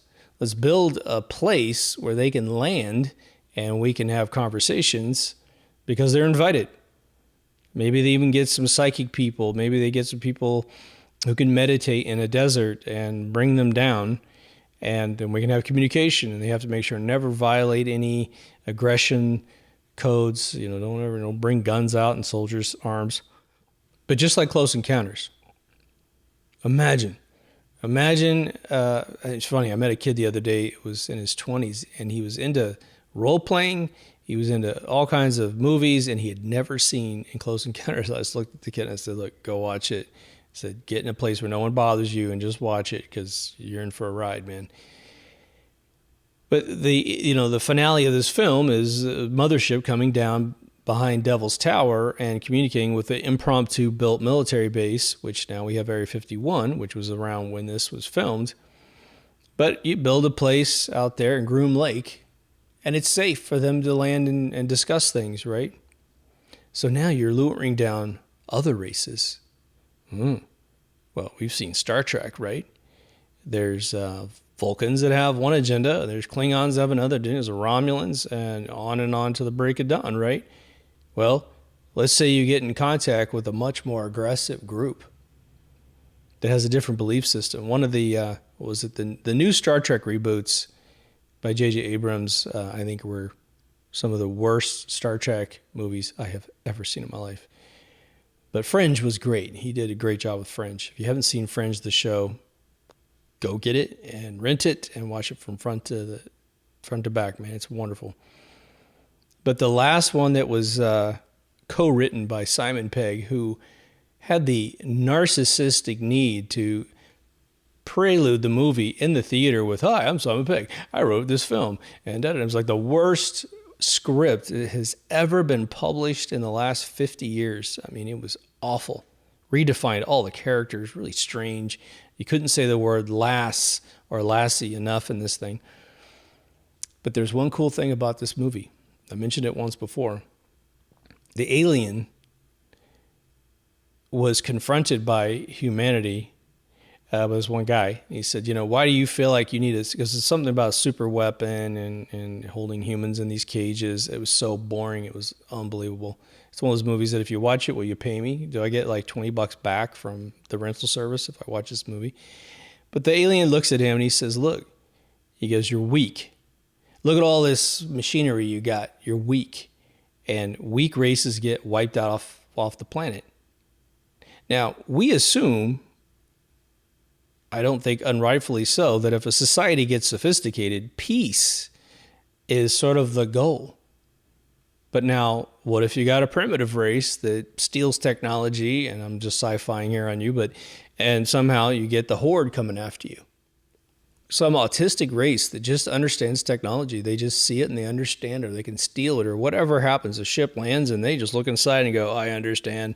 And then they start building them and they start invading the universe, and they're not good. I think the world would be an extremely different place if that sort of agreement was occurring. But again, you have those underground stories, right? But those are pointed at the Greys. Now, Dr. Greer's was a 2001 Disclosure Project press conference. You had a guy in there that said, "Oh man, I've seen evidence of up to 27 races." And this British woman, I believe, said, well, oh, yeah? What do they look like? And you saw on this guy's face the coast-to-coast AM BSing mechanism come off his face because he just literally turned white. He knows he was full of crap. He just wanted to say something because he's like, I'm important too, in the room, right? And his answer was, I think he mentioned maybe mantis. I think mantis is gray because the head of a gray looks like a mantis. It's very, very angular and very stripped down. It's very basic, right? But he goes, oh, well, a lot of them look like us, which we've heard that. We've heard that from I forgot who the French guy is who started a whole religion based on his sighting. I think it was, I think Greer had said he'd seen human species. The guy in the woods that got pulled up and his friends saw him get, abducted, and he was gone for like 3 or 4 days or whatever it was. He said he talked to Nordics. So we definitely have, but again, the Nordic that captured that guy, again, I talked to a guy who was just had finished interviewing him in the last year, like 3 months ago or something, which today would be 4 months ago. And he said, the dude said, look, every time his story is told on TV, they miss what he actually said, which is that he was, and this is in some of the series on Netflix, but they did miss this one thing. And he goes, the one thing I kept telling them that no one seems to care about, like they don't care about the truth, he said, is the Nordic dude was telling me that during the process of discovering him and beaming him up, that they had hurt him. And he said that he had a little robot character over to the side, and the Nordic guy was giving commands in a different language to this robot, and it was doing operations on his body, fixing him up. My thing is like, okay, imagine you had an injury. Like I got an injury on my shoulder. Truth be told, I was a breakdancer in the 80s. And one of the times I went down on this crappy cardboard mat, it was concrete underneath, and I was not jiving with the ground very well, and I busted up my shoulder. I got these pieces in my shoulder. But now imagine I get pulled up into this vehicle, and the dude's fixing me because maybe he hurt my ankle or whatever. Now, my question is, while you're there, why don't you just fix the dude all the way up? He's got a bum eye, he's got bad eyesight, he's got, growth on his face or whatever. Wouldn't you just clean up the whole thing? Because you can, But I've never heard that. I've never heard someone, other than the Greer, one of the Greer documentaries, they claimed that, and this is supposedly witnessed by this dude and his best friend, I've mentioned it once before, they were at this camp out, and I think Greer has people meditate in the desert, and then way off in the distance, they see lights flying in the sky. Nothing ever comes over and lands. I mean, you're talking about the most equipped human beings on planet Earth seeing aliens. It would be the perfect place to land and say, hey, what's going on? Let's get out of this U.S. military intelligence agency relationship, and let's start communing. And by the way, turn the cameras on. Let's get this going. Never anything like that. So I think those are drones way off in the distance because they're always so far away, you can't see anything. But you also don't see them. I don't think his documentaries have any footage of them doing 8,000 mile an hour, flyaways and stuff. But there was a dude that came and he was deaf. And so he needed these really intense hearing aids for the get together. And on one particular day, they were taking photographs at night at around his camp, and this apparition was in the photograph around him. And Greer was like, oh, yeah, that's the healer. I'm like, whoa, how many times have you met this guy, dude, that you just know his name, right? So the dude goes to breakfast the next morning, not realizing he didn't put his hearing aids in, and he could hear perfectly. And the guy was interviewed, and his best bud was interviewed. He's like, yeah, he goes, I can vouch for the fact that this guy can't hear without those things. And he can't even hear very well with those buds in. And this dude was interviewed. He was sobbing, man. He was like, I can't believe it. I can hear now. Well, if that's true, my God, we've got a piece of evidence that is like beyond most evidence that has ever been captured. But why isn't that in the news? Like, my God, a guy got his hearing back? Let's talk to his audiologist who gave him the hearing aids. Let's talk about that. Let's bring him to the doctor and run a huge 1-hour special on this guy. Dude's hearing is fixed by alien. Here's the photograph of this weird apparition doing it at a Dr. Greer get-together. Think how much money Dr. Greer would make if people thought if they went out in the desert they could get something healed. Like, extraordinary claims and the extraordinary evidence. This guy's supposed to be walking evidence. Well, let's talk to him some more. You get to see a little portion in one episode of this thing. It's like, what? It doesn't make any sense, people. Like, that's why I have a problem trusting the content. The guy sobbed. He looked like he was really telling the truth, and he didn't have him in his ears when he was talking to the camera. But that's miraculous. It's a miraculous moment, and it surely doesn't mean they're trying to harm anybody. So let's talk about Skinwalker Ranch a little bit, because this is where you get sort of the cattle mutilation oddities. Now, this Skywalker Ranch has been... It was one ranch, and then it's been sold several times. It's in Utah. It's in a really bizarre patch of land. If you look at the land, what's funny is they filmed this land, which is essentially, it's like normal flat Kansas plains, and then all of a sudden you get these rock, protrusions, which Utah is known for that, right? But this one is like, it goes up to a plateau that's maybe 25, 30 feet up, and then they plateau out, and it's really rough on top. Bunch of busted rocks. I don't know if it was a mining operation at one point. But this is where the cattle mutilation thing really took off. And they showed a lot of photographs. I haven't finished this yet, but it definitely has like the full eye socket pulled out, the mouth pulled out, the reproductive organs are often stolen, the colon's cut out. There's never any blood anywhere. During, I guess, first season, they had a cow that died after they were shooting rockets, little tiny, rockets you can buy at the hobby shop. And it was freaking out all of the cows, man. I mean, why do you think a sheep can herd cows and cattle? A sheepdog, right? Because they just bark, bark, bark, and these things just run around and go in the other direction. So they were shooting rockets into the sky, pretty large ones, to do some tests of the atmospheres and magnetic signatures in the area. And it's, it's going, and it's going up in the air. And of course, these cows are going to run. But they play it off like it was, well, I don't know why the cows aren't watching. It's like, does anyone here know anything about cows? Unbelievable. But now one of the cows goes in the corner and falls over and dies. So they pick up the carcass and they do what they normally do, which is drive it out to a remote area, dump it out there where it's accessible to all the wild creatures out there, and usually they just pick it apart and it's over. But nothing over the course of a year did any major damage to it. There's no teeth marks on the bones.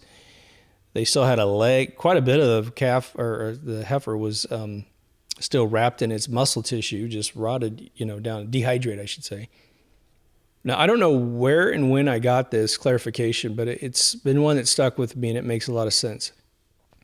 The United States detonated a tremendous amount of nuclear bombs all up and down the west area, the inland west area of the United States, right? In fact, people don't realize it, but Groom Lake, where Area 51 is, there's a tremendous amount of explosions north of that facility.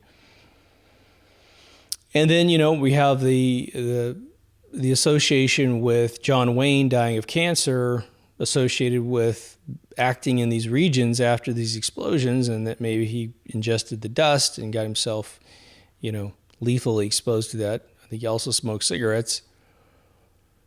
So, anything to keep the cigarette industry safe is usually how Hollywood works, right? But what I was told was that when they realized they had just exposed America to a tremendous amount of radioactive fallout, which is essentially pulverizing mass in such a way that you destabilize the atoms, and then they're floating around, and then if you get it on you, it will potentially cause cancer. Even if it's a short life for the stuff that lands on you, it does damage and can systemically cause cancer. Of course, you breathe it in your lungs, it gets deeper inside your system.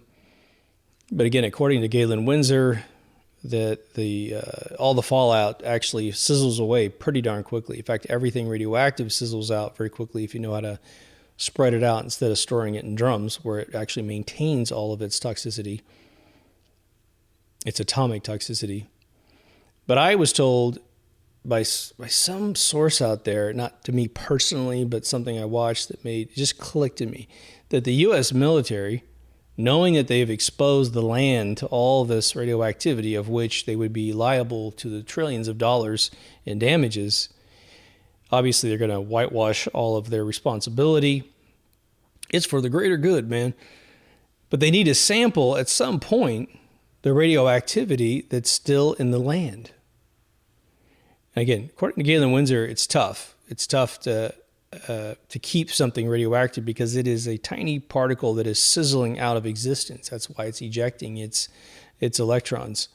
There's not much left once you exude everything that you are, okay?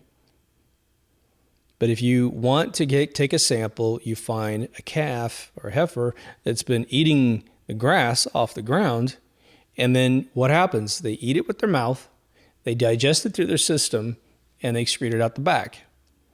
Well, you want to know things, right? You want to go for all of the heavy mechanical pieces of the human body where the apertures of blood flow, the vascular system, turns into one of the tiniest little tubes that could potentially harvest a radioactive atom. Okay, so you take the eyes out because that's a very delicate system that is very hard to replace once it goes bad, right? Now the mouth, you want to take all the mouth tissue out because that's going to have prolonged exposure from eating the ground. Then, if you take the anus out, you can find the differential in exposure between the mouth and the butt. And this is how much of that, if it goes down 10% or down 50% or 80%, then the body of the creature is absorbing that and not letting it go. Reproductive organ? Well, think about it. You want to know if this thing can have kids. You check out the eggs, you check out the sperm, whatever you got, and you check to see if it's damaged. Now, as far as the blood being gone, I don't know. I mean, that would be a hell of a process to get the blood out of a cow. I mean, that's going to be quarts and quarts and quarts of blood. I think. I mean, you can tell me, but I think it's far more than a human being, and you're going to have a place to store it so you can take it back to a lab and literally take a look at it. But think about it. If you could get the blood out of a cow, if you're studying its radiation exposure, that's great. I mean, that's the stuff that's being created constantly in the body, and it'd be great to just have that suspended somewhere where you can test it. The dilution of the radioactivity in the blood. How much is going into the muscle tissue? How much is going into the fat? How much is going into the bone? Now, I have an uncle that's been in the cattle business, I think, pretty much his whole life, since his 20s. He's still in it to this day. And I have never heard him talk about, cows getting, radioactive two heads like fallout or something weird like that. He's never talked about that. We did drill him pretty hard when the cows froze to death in southwest Kansas, froze standing up. But he's sort of at that age where he's not a conspiracy guy whatsoever, so he's kind of just blowing it off with whatever the news said. He's not one of them by any means. He's definitely he's a blue blood, if you know what that means, and I don't mean the European oligarchy. He hasn't disturbed his blood with a regiment that was debuted to us a couple of years ago. But within the Skinwalker Ranch storyline, you have an old man that owned it before.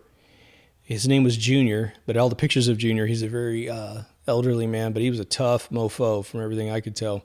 He was one of those farmers that he used it so he didn't lose it, man. But he had a sheriff buddy of his who was quite a bit younger and is still alive to this day, who came onto the ranch to answer some questions and tell what he kind of knew about what this old guy Junior had experienced, because Junior started acting in terms of what the normal public thought was normal. He started behaving really weird, and it was all about protecting himself from what he called the visitors. And he told this sheriff guy, because the sheriff was like, man, why is everything locked around here? And he goes, because I got visitors and I need to protect my stuff. And he said a couple different stories. One of them, he was missing 3 heifers, and they looked all over. They're riding around on horseback trying to find these things, thinking they just kind of got spooked and went off someplace where they need to be rounded back up. Couldn't find them. Finally comes back to his shed by his house, which I think doesn't exist anymore. But he said that they heard some noise and realized that they need to open this up, take a look. And he says they got rid of the door, he pulled it open, and he said the three heifers were stacked on top of each other. And of course, Junior was like, well, they're dead, oh my God. And they're stacked on each other. I mean, stacking big giant cows, I mean, you're going to need a forklift after the first one. You might be able to kill and push over the first one or get him down there, drag him in, but putting the second one on top and third one on top, I mean, these are 1,500 pound, animals. But he said that the sheriff's like, I don't think they're dead because look, there's still slime and stuff coming out of their nostrils. This thing's alive. He says, go get some water real quick. And he said they poured water on the one on top and it's bring back to consciousness. And so he was like, what the hell? These things were like put in some weird stasis and now they're actually alive. Now, of course, because idiots are interviewing these people, they don't ask all the other questions. Well, was the second one alive? Was the first one on the bottom alive? Like, what'd you do with them? Like, did you pull them out and did they rejoin the other cows? Did they die 10 minutes later? Like, none of those stories, of course. But this dude talking seemed very legit.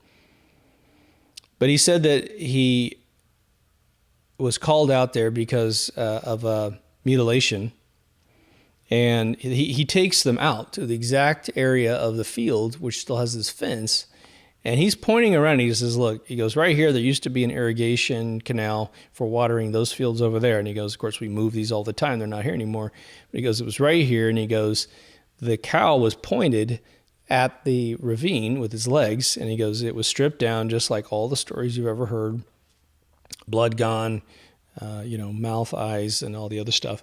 But he said over to the right over here, he's pointing, and he said there was a huge patch of grass that was super sunk in and depressed. Now, when you go back to the Great Britain story of that castle turned into a hotel, this wife of the man who owned the place, who ran the place when he wasn't there, she said she saw a craft land and she went out and called the police and everything to come out and take a look. And she goes, look, this thing was sunk in the ground like something super heavy was here. There's another sighting, I believe, in Texas of a police officer, a Native American police officer that saw a ship at the distance. He was chasing some car and then he saw what he thought was like an explosion off to the right. And like if something came out of the sky and it was like a bit of a discharge of energy. So he let the guy go he was chasing and he pulls in. And said he saw this weird round, like egg-shaped vehicle with dudes outside. They were much smaller. And as soon as they saw him, they went back inside their vehicle and took off. And that story has all kinds of people going out and looking at the imprints in the ground, which were there from the vehicle, and the little footsteps of the dudes were actually in the dirt. But the photos that were taken, confirmed by the reporters and people there, were all confiscated. In all these accounts, every single one of them, where is the wholesale slaughter of human beings? As far as the cow mutilations, the Skinwalker Ranch, the show has dramatized up a bunch of like headaches and a bunch of cell phones going crazy. You have this absolutely destroyed cell phone with like 1,000 cracks on it that, if you know anything about the sensory grid on the front of that thing, as soon as you crack it, you shouldn't be able to even use a fingerprint to open it up. I had a tiny hairline crack on my last phone, which is why I had to get a new one because my fingerprint wouldn't work. It wouldn't work to swipe up and dial in the code. It just didn't work at all, right? So these guys are operating these horrible phones and saying, "Oh, look, man, it's opening up apps," and but you have an astrophysicist on the show who's like, he literally uttered this comment. I mean, just think about the integrity of the show at this point. The phone actually unlocked itself. That was the thing.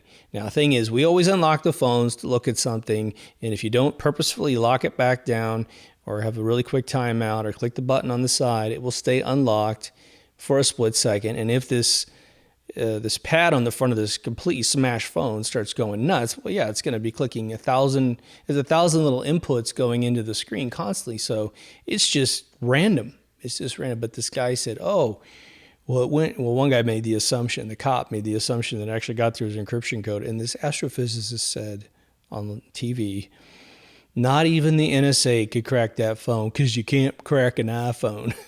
It's like, oh my God. So, I mean, for anyone who watches the show and believes that line, you just swallowed a big turd.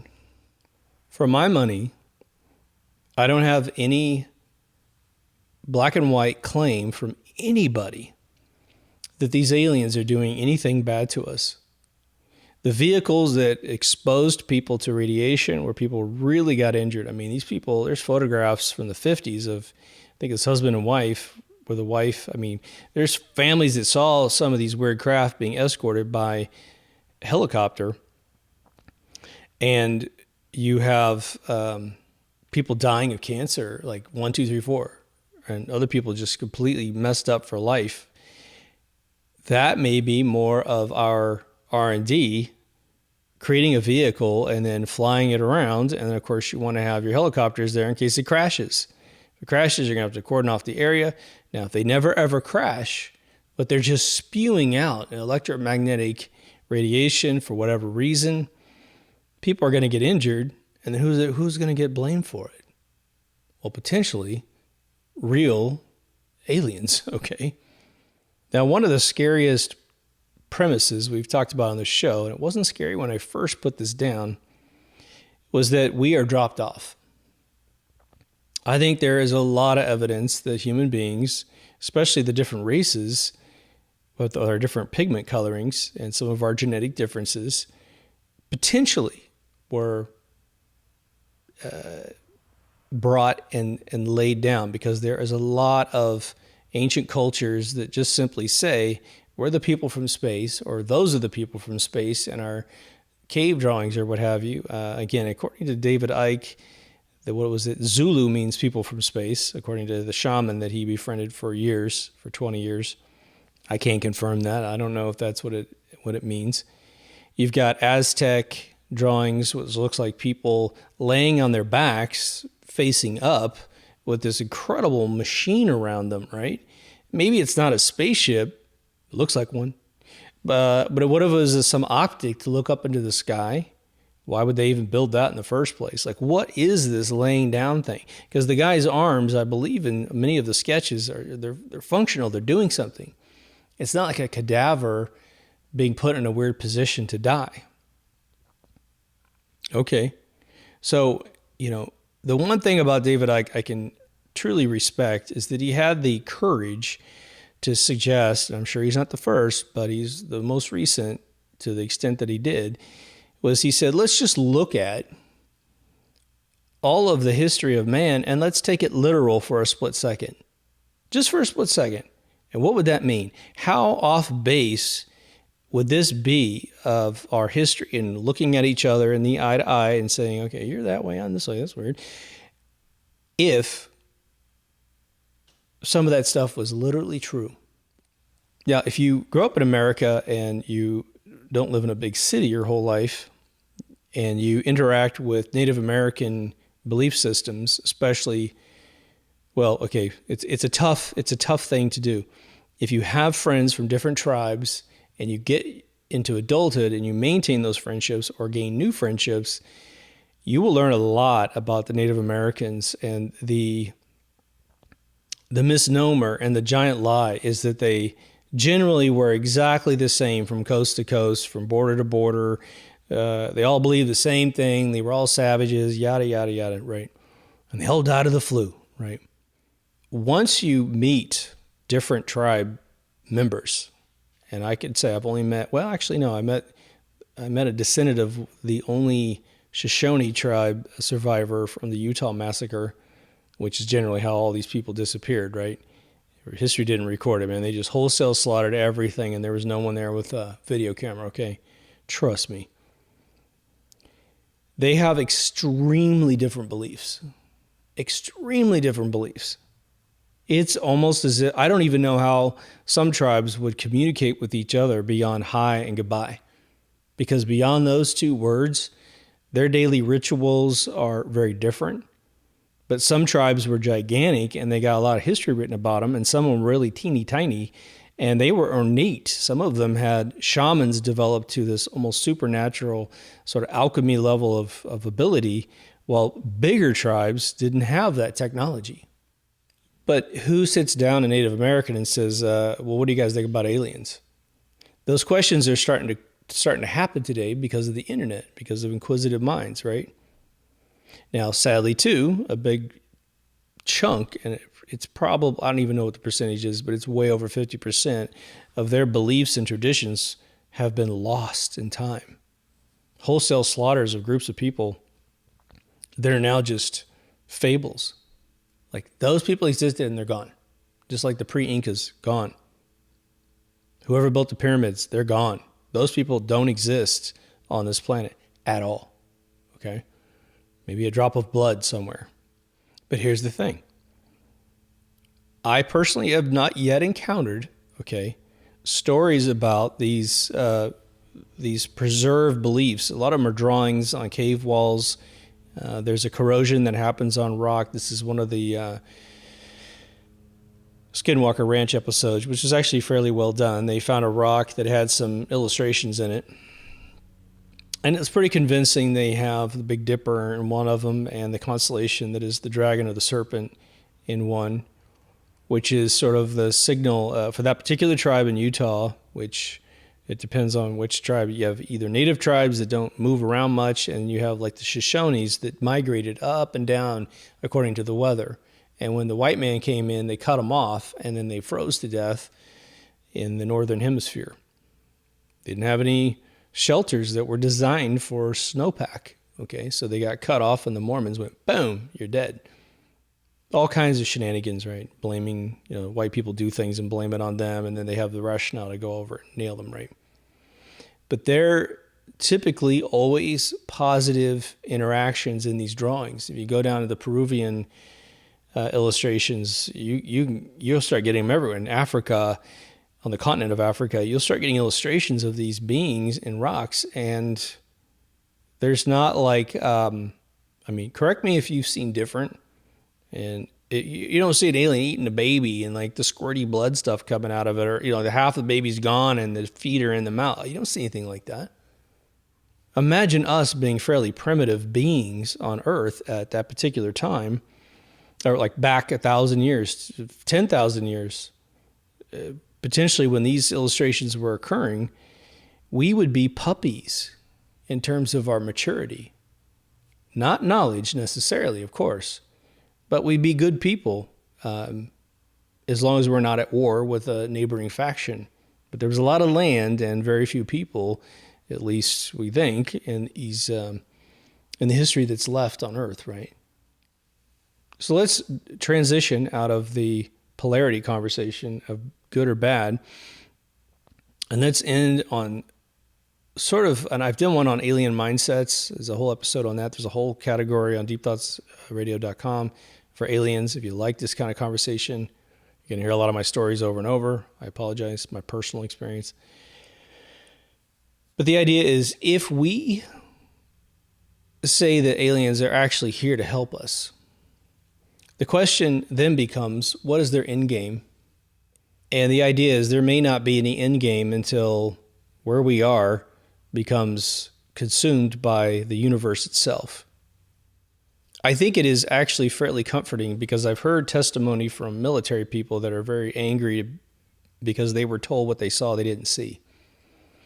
Some of the missile tests were sliced in half there was one missile test that went bad, but the original footage had a white kind of orb go around the vehicle, and one guy clearly saw, lasers or some sort of beam coming out of that light hitting the rocket right where it tore apart. And the footage was confiscated, and that part of the footage was literally cut out and put in a different reel. And the dude who saw it kept getting told by someone who also saw it that he didn't see it. And he's like, look, man, he goes, I guess he was, if I remember right, he was a professor that had been brought in as a consultant. So he wasn't even into the military thing, but he certainly got strong-armed by them. But think about it, the missile silo deactivations globally, their sudden insurgence into being sighted in the 40s, which could technically be because, if you think about it, the invention arc of man in the 40s was that big giant Ansel Adams cameras were now becoming smaller and smaller and smaller. People could take photographs of things. Okay, the machine of the press started, becoming an artery for people to report things. Plus, papers had exhausted all the narratives handed down to them from governments and what have you, and they need more stuff to fill the papers, and so they reach out to these more fringy stories, and it gets published, right? Remember, the Roswell crash was published in a military newspaper, and then they went around trying to get rid of all the newspapers. And when a radio station wouldn't let go of rereading the article and reporting about it, they pulled their FCC license. So they had no license to broadcast. And I think he agreed not to do it, and they gave the license back. Plenty of evidence. So can man blow itself up? What if the aliens had a conversation with our leaders in all respective countries? And he said, okay, here's the thing. We're not going to allow you to use these nuclear weapons to any level of extent. You could pop one in the desert. You could pop one underground within reason, but we don't want you to ever use them against each other. This is too much. You can't build up this habit of solving your banker problems by blowing up other people. So now the government's like, okay, well, all right, well, obviously there's nothing we can do to stop you turning them off. Well, can we at least threaten our people with them? Keep them in line, because we have primitives out there. We're the smartest people in the world in this room talking to you, obviously, and they're all savages out there. What do the aliens say? It wouldn't surprise me if that conversation ever truly occurred in any form, that they might say, well, all right, well, you're still the government of these people. We have to respect that. We have our own system of, governance where we live. As long as you don't do it, we're not going to interfere with you saying it. Because what could they do to stop us? The government saying that they're going to do it, right? They're always, come on, think about it. In the last 2 years or 3 years, ever since Grandpa Poop Your Pants became president of the United States, Mr. Child Molester, every conflict on planet Earth has the little nuclear spin in it, doesn't it? Right? The other one I find very interesting, which I just reported on in the episode of Finding Earth, is the tremendous number of sightings around Fukushima of orbs of energy. Okay. I think it's fascinating that the Japanese people have an ancient belief about your soul turning into blue energy and rising to the heavens. It's a beautiful belief. Just cosmetically, it's a gorgeous belief to account for a soul. I think the Japanese, in terms of their belief systems of the afterlife, are some of the most in tune, dominant first world countries on planet Earth. I don't know all the other countries' belief systems, but that one for sure impresses me.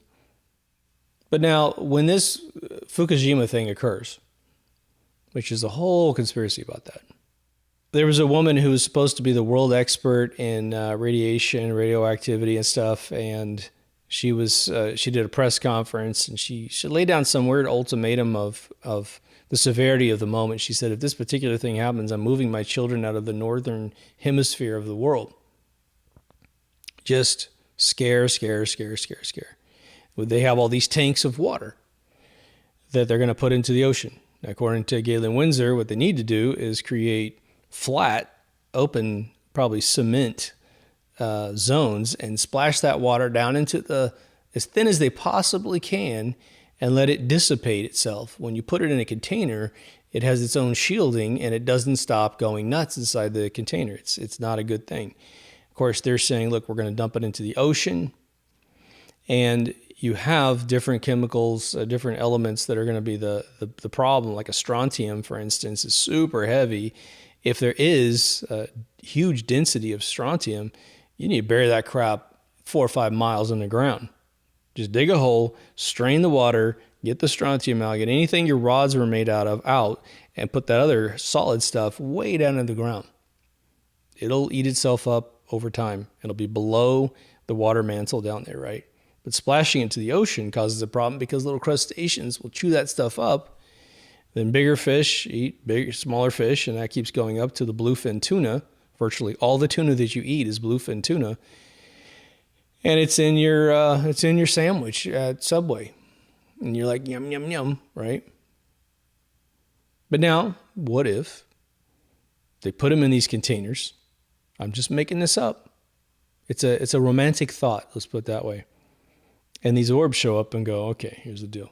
We're having them put in those containers, and we're just going to hover over these water tanks, and basically like a holy priest, we're going to basically de-ionize all this stuff, get rid of its radioactive properties, return it to something that's definitely dilutable in the ocean. Give us some time. We'll hover over this here and there, and then we'll get rid of the threat. Or maybe it's instantaneous, or maybe there's no threat at all. Now, you might say, okay, look, there's nuclear missile sites all over the world. I grew up in central Kansas for at least 3 years of my life. Wichita, Kansas has, or at least had, I don't know if they still have, but they have missile sites everywhere. And you can see, because you look off the highway of any one of the roads, if you can see the land outside the city, which is a big, wide spread out city. There's a downtown that almost nobody goes to. And then there's the other areas, Kellogg and Rock Road, that you can see these things from. But they're big, well, they're just like cement reliefs in the ground with these barbed wire fences around them. They might be prettier today, or they might not be there. I don't know. But those are where the missiles are. So if you might be asking me, look, dude, if they had this policy with the aliens not to use them, and why would Russia be cut out of that policy? Everybody would get the telegram, right? Hey guys, the aliens are here and they're not going to let us use these things. So then the big question is, why make them in the first place? Well, at that point, you should probably get out the Pink Floyd album, Dark Side of the Moon, and play Money for at least 10 seconds. And that's probably why these things get made. Can you imagine if the agreement was made with the United States, but they hadn't been able to figure out a way to establish communication with the Kremlin? Part of it is to look at this problem and say, look, if there was a policy of no nuclear bombs, because they're going to actually turn these things off, they operate two different ways. They'll just do it and they won't tell you. They'll hit them while they're in mid-flight, not tell you. Or they'll tell you. And you can make up whatever plans you want, but they're never going to be deployable because they're going to get zapped. I mean, a vehicle that can travel 8,000 miles an hour plus is not going to have any problem being, Santa Claus on Christmas night. They're going to get all the packages to all the kids very easily, right? Doesn't matter how many there are on the earth. They get them all taken care of. But now, would the world be a different place as we see it today if that policy was in place? Well, it would definitely mean that the strength of the relationship with them and Americans would be exactly proportional, if not more, with Russia, the other superpower that I actually believe has nuclear weapons. I'm not convinced that anyone else does. I'm not convinced at all. A big explosion in the ground could just be explosives buried in the ground. You pop at it, looks like a nuke, but it's not. And your third world country goes, we have nukes. And then remember when India said they had nukes, everybody stepped up to the plate. Oh, we got them too. We got them too. We got them. China's got them. Pakistan's got them. Everyone's got them. I wanted to elaborate because I have been partially mentioning the actual event, and I wasn't even aware of it. And I'm not sure how this occurred. So the Tic Tac sighting off the coast of San Diego and the gimbal, right? I have watched all the news on that, all the clips on that. I've watched a 60-minute special in Australia where they interviewed the Top Gun pilot who was the one talking on the communication with his female co-pilot, I guess navigator. Or maybe she was in her own jet. I can't remember exactly where she was, but they kept showing the images and showing the stuff. It's always some horrible video, right? Like we've got these $35 million planes that can only shoot in crappy, crusty black and white. I mean, give me a break, right? But in this Netflix special, it suddenly changed the story. I can't understand how I read the articles, watch all the videos, talk to them with you guys, report it 100 times. No one's correcting me. In Netflix, they said there was like dozens and dozens and dozens of these Tic Tacs everywhere. like swarming and flying together and doing all kinds of underwater movements. Okay, well, whatever happened to the interview with the guy? He never said there was like a dozen of them here, and then all of a sudden they moved over here and they flew around our plane like swarm bots, like swarm drones. I don't understand how there's a bunch of them all of a sudden. They didn't say that about the gimbal. Why does the gimbal only have one and there's, I don't know, 12 to 24 Tic Tacs flying everywhere? Now, of course, what they've tried to do with the Tic Tac shape, the gimbal is actually in the movie Close Encounters of the Third Kind, especially when you see, well, actually at the moment the mothership comes down, there's a few vehicles that come through first to kind of shake hands. And then there was the one Richard Dreyfuss was on a hillside and 3 vehicles fly over the group of people with the hillbilly and the mother with her son. And her son says, ice cream, because of the shape of the gimbal. Now, what are the odds that that gimbal in the surveillance footage of the 2004 San Diego encounter is almost identical to the fictional ship in Close Encounters? And why haven't we heard, about gimbals from the public?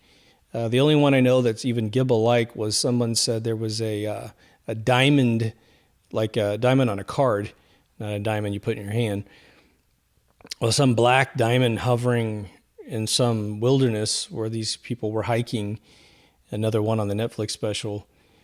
I'd never heard of that one before. It looks more like the recent Hollywood movie where that ship just landed and it just sat there while everyone kind of climbed inside and figured out how to communicate with them. So there's only one gimbal that I know of, okay? But the Tic Tac, they've been trying to associate it with several of the sightings of the cigar-shaped vehicles and the guy in Texas, the police officer, saw this other egg-shaped thing. So legitimizing it through comparisons. I'm not convinced it's not military craft in a giant test to see what would happen. I think what's interesting about what's going on right now is that you have these sort of Senate hearings in the United States.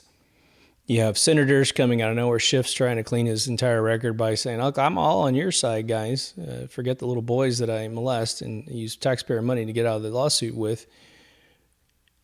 These senators are trying to cover it and expose it, but every time they have like a testimony, it's always, nope, they don't exist. We don't have any craft from another celestial realm. We don't have any, other planet. And, we never made contact. We don't know if there's aliens, and they just keep denying it. And then I'll sit down at a cigar lounge just like this one, and someone will turn to me and say, what do you think about all that stuff? And I said, well, did you watch it? Yeah, I watched some of it. I watched some of it. And it's like, well, did you hear that they basically said that it doesn't exist, that these things don't exist? They're denying everything still. And then these guys, well, no, that's not what they said. They said it was real. And it was like, that'd be front page news. Military claims UFOs are real.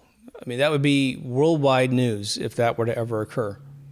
What's disappointing is that if any other country has proof of, especially creatures, the one thing you don't hear from Russia, as far as I know, and again, if you correct me, I would love this. If you have links to videos or suggestions, like if you want to link something to, say, Rumble, you just want to put the name of the video and say it's at that R channel, because they'll cut you off if you try to cut and paste one of those links. I have not heard of anyone from officially announcing. There's a lot of generals and a lot of pilots and stuff that said they see all the same stuff that our guys see. So there's no lack of sightings, but there's definitely not someone who stepped up to the plate and go, okay, here's the thing. They're real. In 1955, we signed an agreement. They're not going to let us fire nukes. Other than that, they're going to pretty much leave us alone. We are getting a little bit of tech that we're filtering out to the public, but it takes us 50 to 100 years to get that done, blah, blah, blah. We don't hear that. We just hear governments coming out with more sighting reports, But what we don't have from retired personnel is this imminent threat confirmation. There's people out there. I know that we definitely frown on a lot of folks that reach higher levels of intelligence, but someone's got a soul in these organizations, and someone is going to be on their deathbed, or they're going to be feeling their mortality, and they are going to say something. They're going to say, look, here's the deal. And, our weird little guy confessing in his chair, reading a paper, which I don't know if there's any conspiracy that guy missed in his little deposition. It wouldn't just be that guy. Someone would take an interview. Someone would elaborate. Someone would point at experiences and say, well, that one was really bad. This whole school disappeared and we know where they went. Still, you'd have to have the proof that these kids aren't just going off like Close Encounters, right? Where they would basically be educated and superhumans after they're done with them, right? To my knowledge, there's never been a mutilated human being where the eyes are gone, mouth is gone, butt's gone, reproductive organs are gone, and they're just sitting in their living room with no blood in them. I haven't heard that.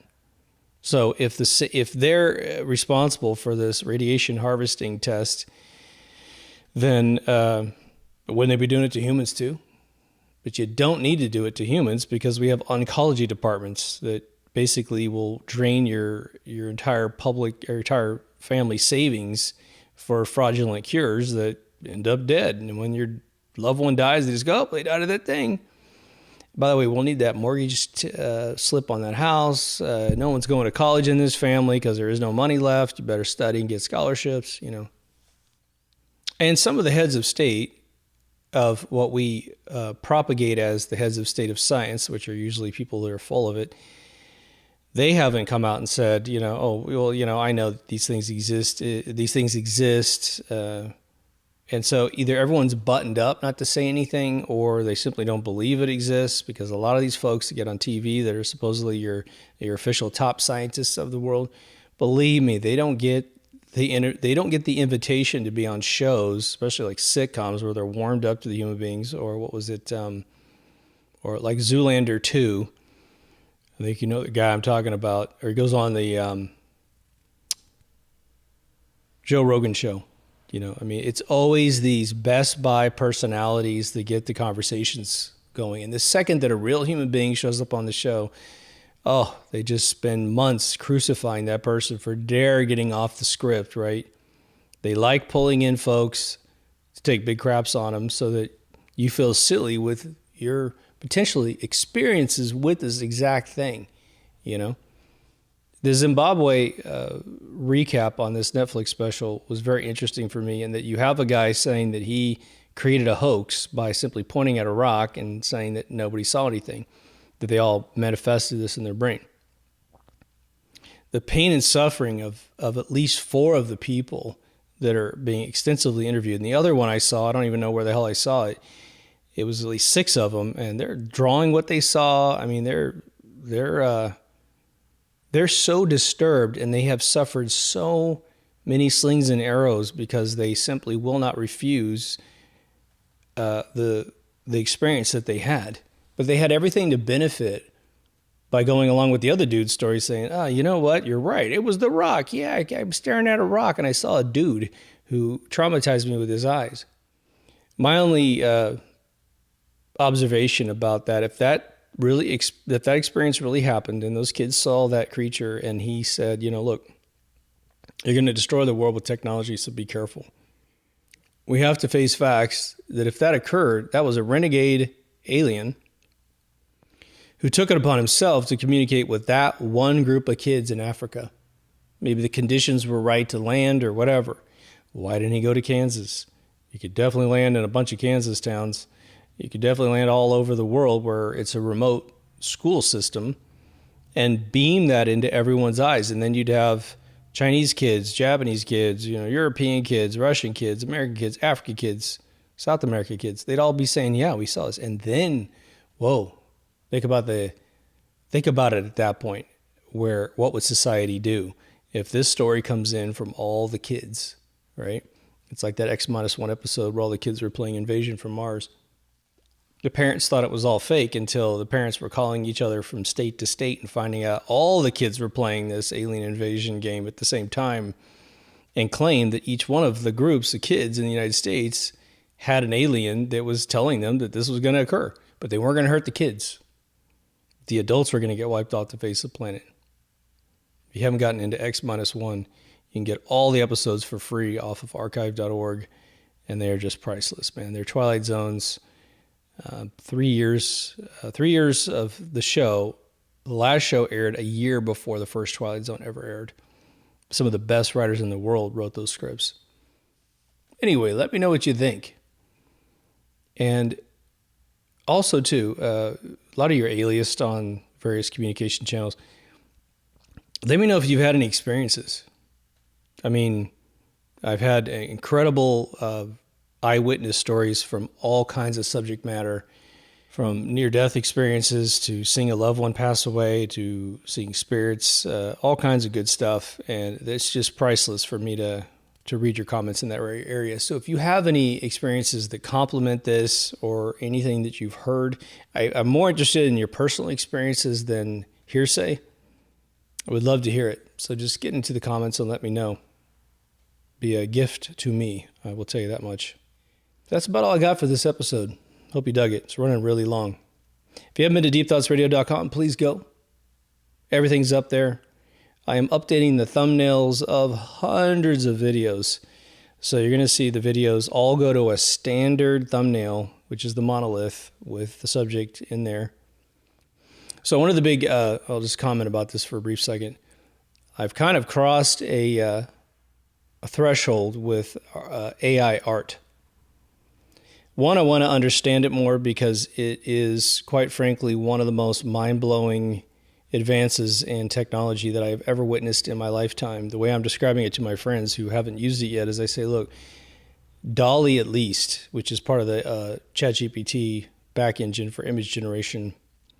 Now, you have to understand, I've been an artist since I was 9, oil painting. I was digital artist by 14. I started drawing video games by 19.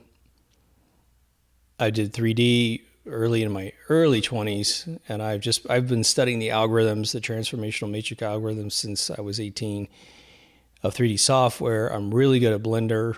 I study CG and art all the time. I study it all the time.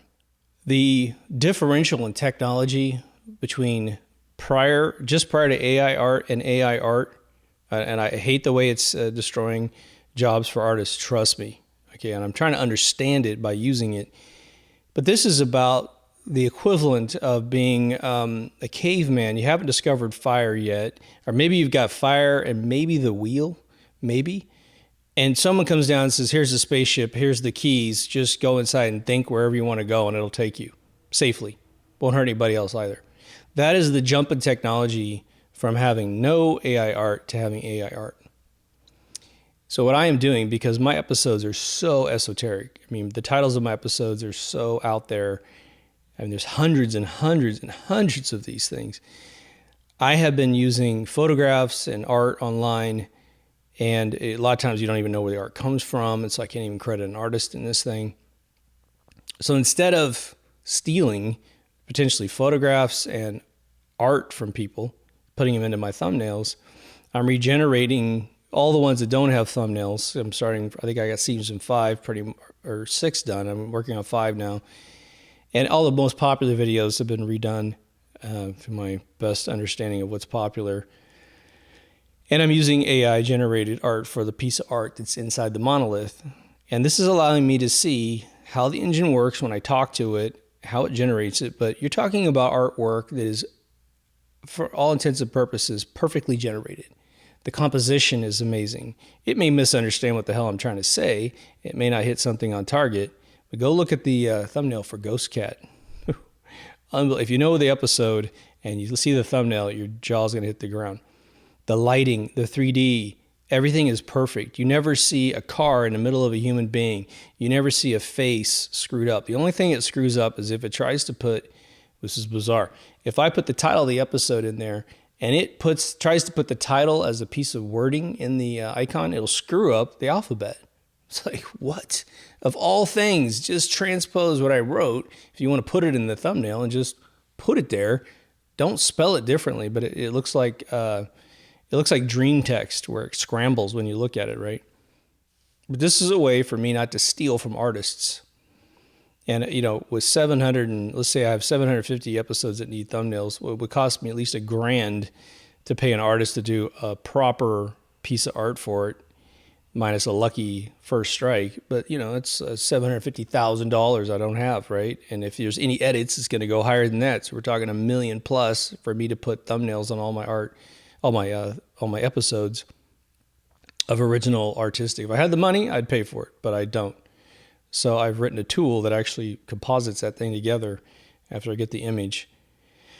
And so anyway, they're going to go to a standard coloring system. It should be really easy to see. So it also helps you generally understand. I've also got a byline now on the thumbnails, which will help people understand sort of the metadata of what this particular episode might be about. So you have an esoteric title, but once you read the byline, hopefully it becomes more focused for you to go, well, that sounds interesting. Let's watch. Boom. And so do in a backyard in black and white. But anyway, to all of you who watch the episodes, thank you so much. To the PayPal and Patreon folks, thank you. Make it happen. Take care of yourself and someone else, and I'll see you in the next Deep Thoughts. Over now.